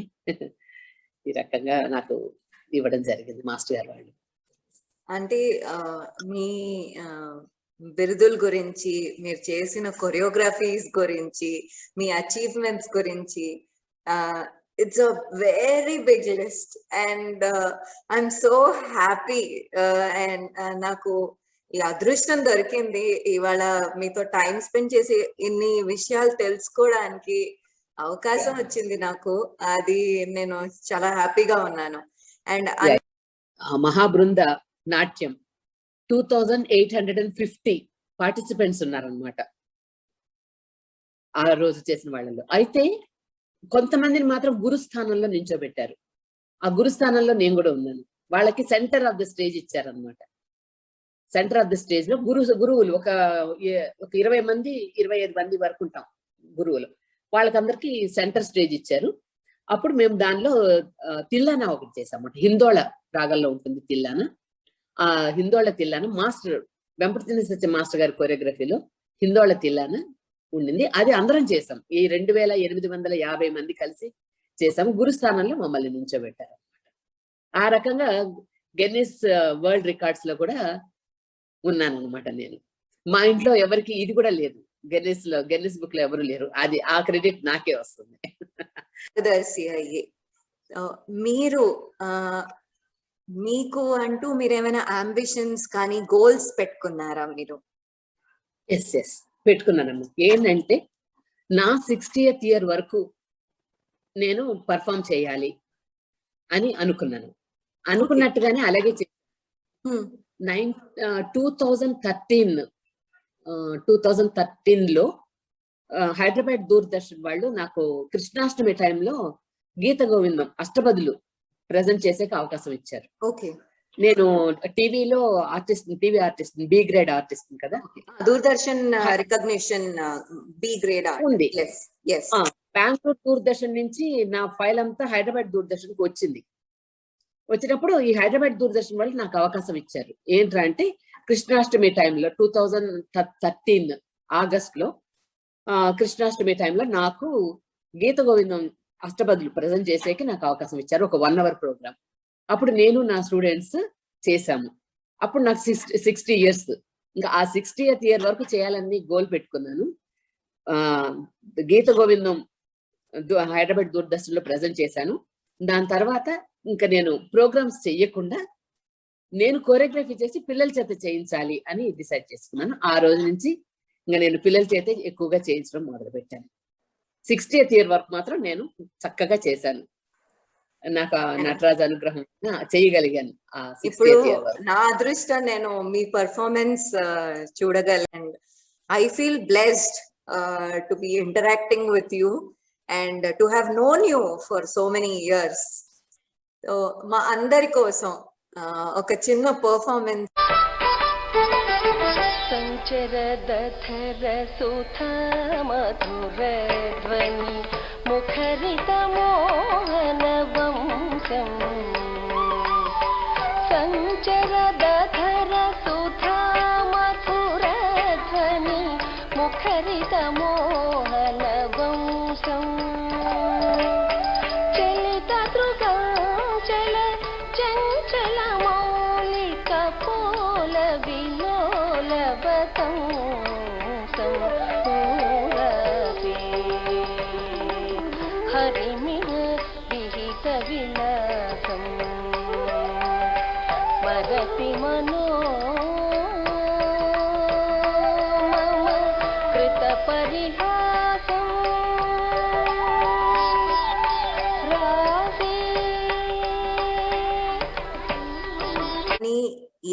ఎలాంటి కష్టం వచ్చినా ఎదుర్కొని డాన్స్ ని మటుకు వదలకుండా కంటిన్యూ చేయాలి. ఎందుకంటే ఇది ఊరికే ఏదో మనం మాట్లాడుతున్నాము అని మాట వరుసకి పైన చెప్పే విషయం కూడా కాదు.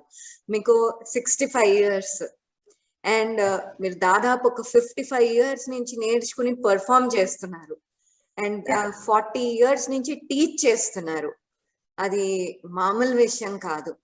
అండ్ దానికి ఎంత డిసిప్లిన్, డెడికేషన్, కన్సిస్టెన్సీ అండ్ అది ఎంత సాధన కావాలో అది మిమ్మల్ని చూస్తే మీరు చెప్పిన ఎక్స్పీరియన్సెస్ అండ్ మిమ్మల్ని చూస్తూ ఉంటే నాకు ఒకటే విషయం అనిపిస్తుంది ఏంటంటే నేను నేర్చుకున్నది. ఎందుకంటే చాలా మందితో మాట్లాడతాం, మనకి ఏదో ఒకటి నేర్చుకోవడానికి డెఫినెట్ గా ఉంటుంది ప్రతి ఒక్కళ్ళ దగ్గర. ఎప్పుడు మనమే గొప్ప అనేది అస్సలు ఉండదు. ఎప్పుడు there is always something to learn and it is continuous learning process. ఒక పర్సనల్ లైఫ్ లో అయినా కానీ, ప్రొఫెషనల్ గా అయినా కానీ. సో ఇవాళ మీ ఇంటర్వ్యూ ద్వారా, మీ ఇంటరాక్షన్ ద్వారా నేను నేర్చుకున్నది ఏంటి అంటే నాకు ఒక పాట గుర్తొస్తోంది. మౌనంగానే ఎదగమని, ఎదిగిన కొద్దీ వదగమని అని. మీకు ఎన్ని అచీవ్మెంట్స్ ఉన్నాయి అయినా కానీ మీ ఎక్కడా కూడా అంటే you are so humble, down to earth. ఎక్కడ నేను అనే ఎక్కడా అనిపించదు. ఇంకా ఇంకా నేర్చుకుంటున్నాము, కరెక్షన్స్ చెప్పారు, ఇక్కడ కరెక్ట్ చేస్తున్నా, నాకు రాలేదు, ఇక్కడ కరెక్ట్ చేశారు, ఈ టైంలో నాకు ఇక్కడ ప్రాబ్లం అయింది, నేను స్టక్ అయిపోయాను. ఇలాంటి విషయాలు చాలా మంది చెప్పటం ఇష్టపడరు. ఎప్పుడు అమ్మో ఏమనుకుంటారో, చెప్తే జడ్జ్ చేస్తారు అని. సో ఎదుగుదలతో పాటు మధ్య మధ్యలో కొన్ని సెట్ బ్యాక్స్ ఉంటాయి. మనం ఎక్కడన్నా స్టక్ ఫీల్ అయితే మన గురువు గారు ఉంటారు మనతో, ఆధ్యాత్మిక గురువు, మనకి విద్య నేర్పించిన గురువు, అందరూ అండగా వాళ్ళ బ్లెస్సింగ్స్ ఉంటే, ఫ్యామిలీ సపోర్ట్ ఉంటే మనము ఎలా అయినా ఎంతైనా సాధించవచ్చు. అండ్ మన కృషి, మన పట్టుదల ఉండాలి అని మీరు చాలా మంచి ఇన్స్పిరేషన్ అండ్ ఎగ్జాంపుల్. మీరు ఇలానే హెల్దీగా చక్కగా, గాడ్స్ గ్రేస్, అందరి గురుగారికి నా ప్రణామాలు, మీకు ప్రణామం. ఇంకా మీరు ఇలానే చాలా మంచిగా చాలా మందికి టీచ్ చేస్తూ, మీరు పర్ఫామ్ చేస్తూ, మన కూచిపూడి ట్రెడిషన్ ఇంకా ముందుకు వెళ్తూ ఎలకాలం ఇలానే ఉండాలి సంతోషంగా అని మీకు, అంకుల్ కి నా నమస్కారాలు. అంకుల్ ని కూడా అడిగినట్టు చెప్పండి. చాలా సంతోషం మీరు టైం ఇచ్చారు నాకు ఇవాళ. హ్యాపీ, ప్రివిలేజ్డ్, హ్యాపీ దట్ ఈ అవకాశం వచ్చింది మీతో ఇంటరాక్ట్ చేయాలని. అండ్ చాలా విషయాలు నేర్చుకున్నా నేను ఇవాళ. చాలా సంతోషం అండి. నాకు కూడా చాలా సంతోషంగా ఉందమ్మా శిల్ప. సంతోష్, నువ్వు ఇలాగే అందరినీ కూడా ఇంటర్వ్యూ చేసి ఈ రకంగా కూడా నువ్వు బాగా కీర్తి ప్రతిష్టలు పైకి రావాలి అని చెప్పి థ్యాంక్ నేను యూ మనస్ఫూర్తిగా కోరుకుంటూ ఆ నటరాజ్ ఆశీస్సులు నీకు ఉండాలని మనస్ఫూర్తిగా కోరుకుంటున్నాను. Thank you thank you thank you మీ అందరి ఆశీర్వాదాలు. Thank you thank you. Thank you aunty. Thank you so much.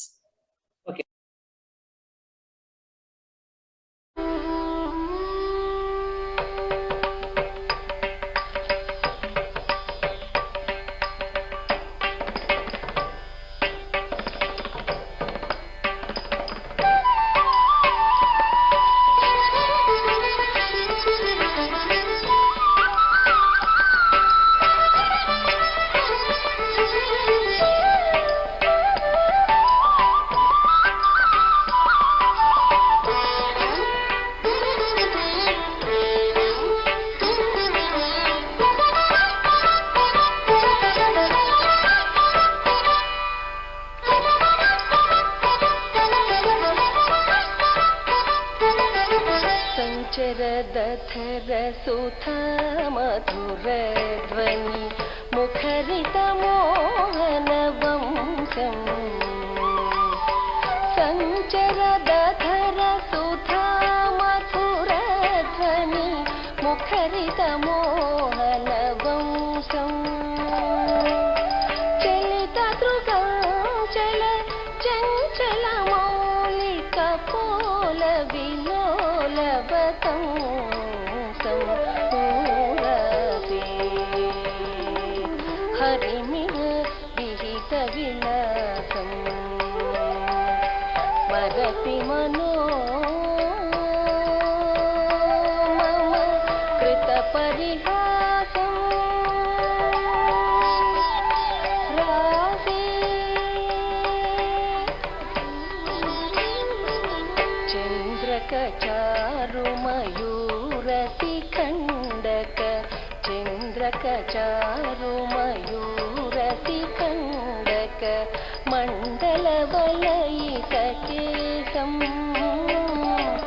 प्रचुर पुरन्दर धनुरनुरञ्जित प्रचुर पुरन्दर धनुरनुरञ्जित मेदुरमुदिर सुवेशं मेदुरमुदिर सुवेशं पूरसे हरिमिह विहित विलासं स्मरति मनो मम कृत परिहासं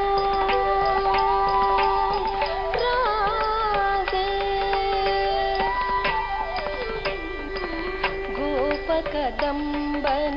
गोपकदम्बनिकम्बवती मुख गोपकदम्बनिकम्बवती मुख चुम्बनलम्बित लोभं